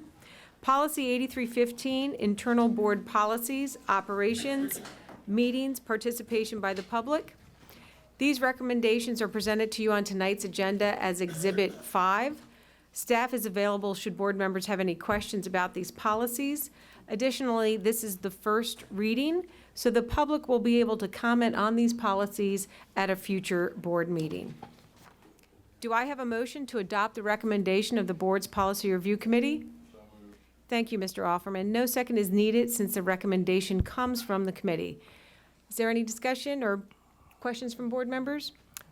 Hearing none, all in favor, please raise your hand. The motion carries unanimously. Thank you very much. The next item is item W, board member comments. And I will go around the room seeking comments from board members. And I'll start with Mr. Offerman, if that's fine with him. Even though she's not in the room, I want to add my thank you to the tremendous work that Ms. White has done, not only as the temporary superintendent, but also her whole dedication to Baltimore County. Yesterday, I spoke at a faculty meeting about a man who spent 42 and a half years in the same building. And people like that, and like Mrs. White, who dedicate themselves to the degree they do, they make a school system work right. And I'm so thankful for all she's given us, and you know, I hope we can carry on the mantle. Thank you. Ms. Pasteur. To the staff, I see this as sort of the end point for this year and during the summer months for us to rejuvenate and begin. So there's a quote that says, "A group becomes a team when each member is sure enough of himself to praise the skills of others." So to our staff and stakeholders, I applaud you, I respect you, and I challenge you to continue to make me better in this role. And we are not a group, we are Team BCPS, and I'm proud to be a part of that. And to my board members, on page 23 of our handbook, we are asked to have an annual self-assessment, and I hope that we do that. And I hope we do that before school opens. And I hope that we will honestly look at ourselves as individuals, as the book states, and as the group as a whole, so that we can move from being the group that we have been for 6 months and turn into a team, because our bottom line, whether it's staff or school board, is to make things better and point to the future for our children. Thank you. Thank you. Mr. Hayden? What she said. We have, ow, did you see that? Everybody see that? I got a bunch of witnesses now. That's assault and battery. I didn't see it. You didn't see? Oh. We've got, say what? I thought you were harassing her. Jeez. We've got a great school system, and we have great facilities around the county, and we're continually looking to improve them, and I think we'll get there, again, as long as we stick together and realize that the kids are the bottom line. That's why we're here. That's what we're all about. Anything else on our part is just out and out foolish. We have to worry about kids and their success and do everything we can. We are going to miss Verlita tremendously. I think her calm assuredness at things and getting things done and being able to stay the course in a lot of situations will be missed. And certainly this board member will miss her there. And Miss Adekoya, she was my supplier. Did anybody? When the world's finest chocolate bars were out and about, I could always count on her to slip me a world's finest chocolate. So I've got to find out if the new guy can handle that task. But we are going to miss an outstanding young woman who's done an outstanding job and has an intellect that is so surprising for someone who is so young, and she's so dedicated. So we are going to miss you. And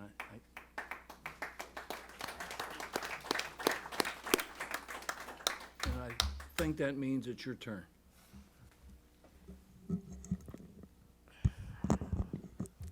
Keep being the change that you want to see. Thank you. Well, congratulations, Halima, and congratulations, class of 2019. It was an honor to attend several of your graduations and to recognize and celebrate your dedication, your hard work, and the sacrifices you've made to pursue your education. I am so tremendously proud of each and every one of you.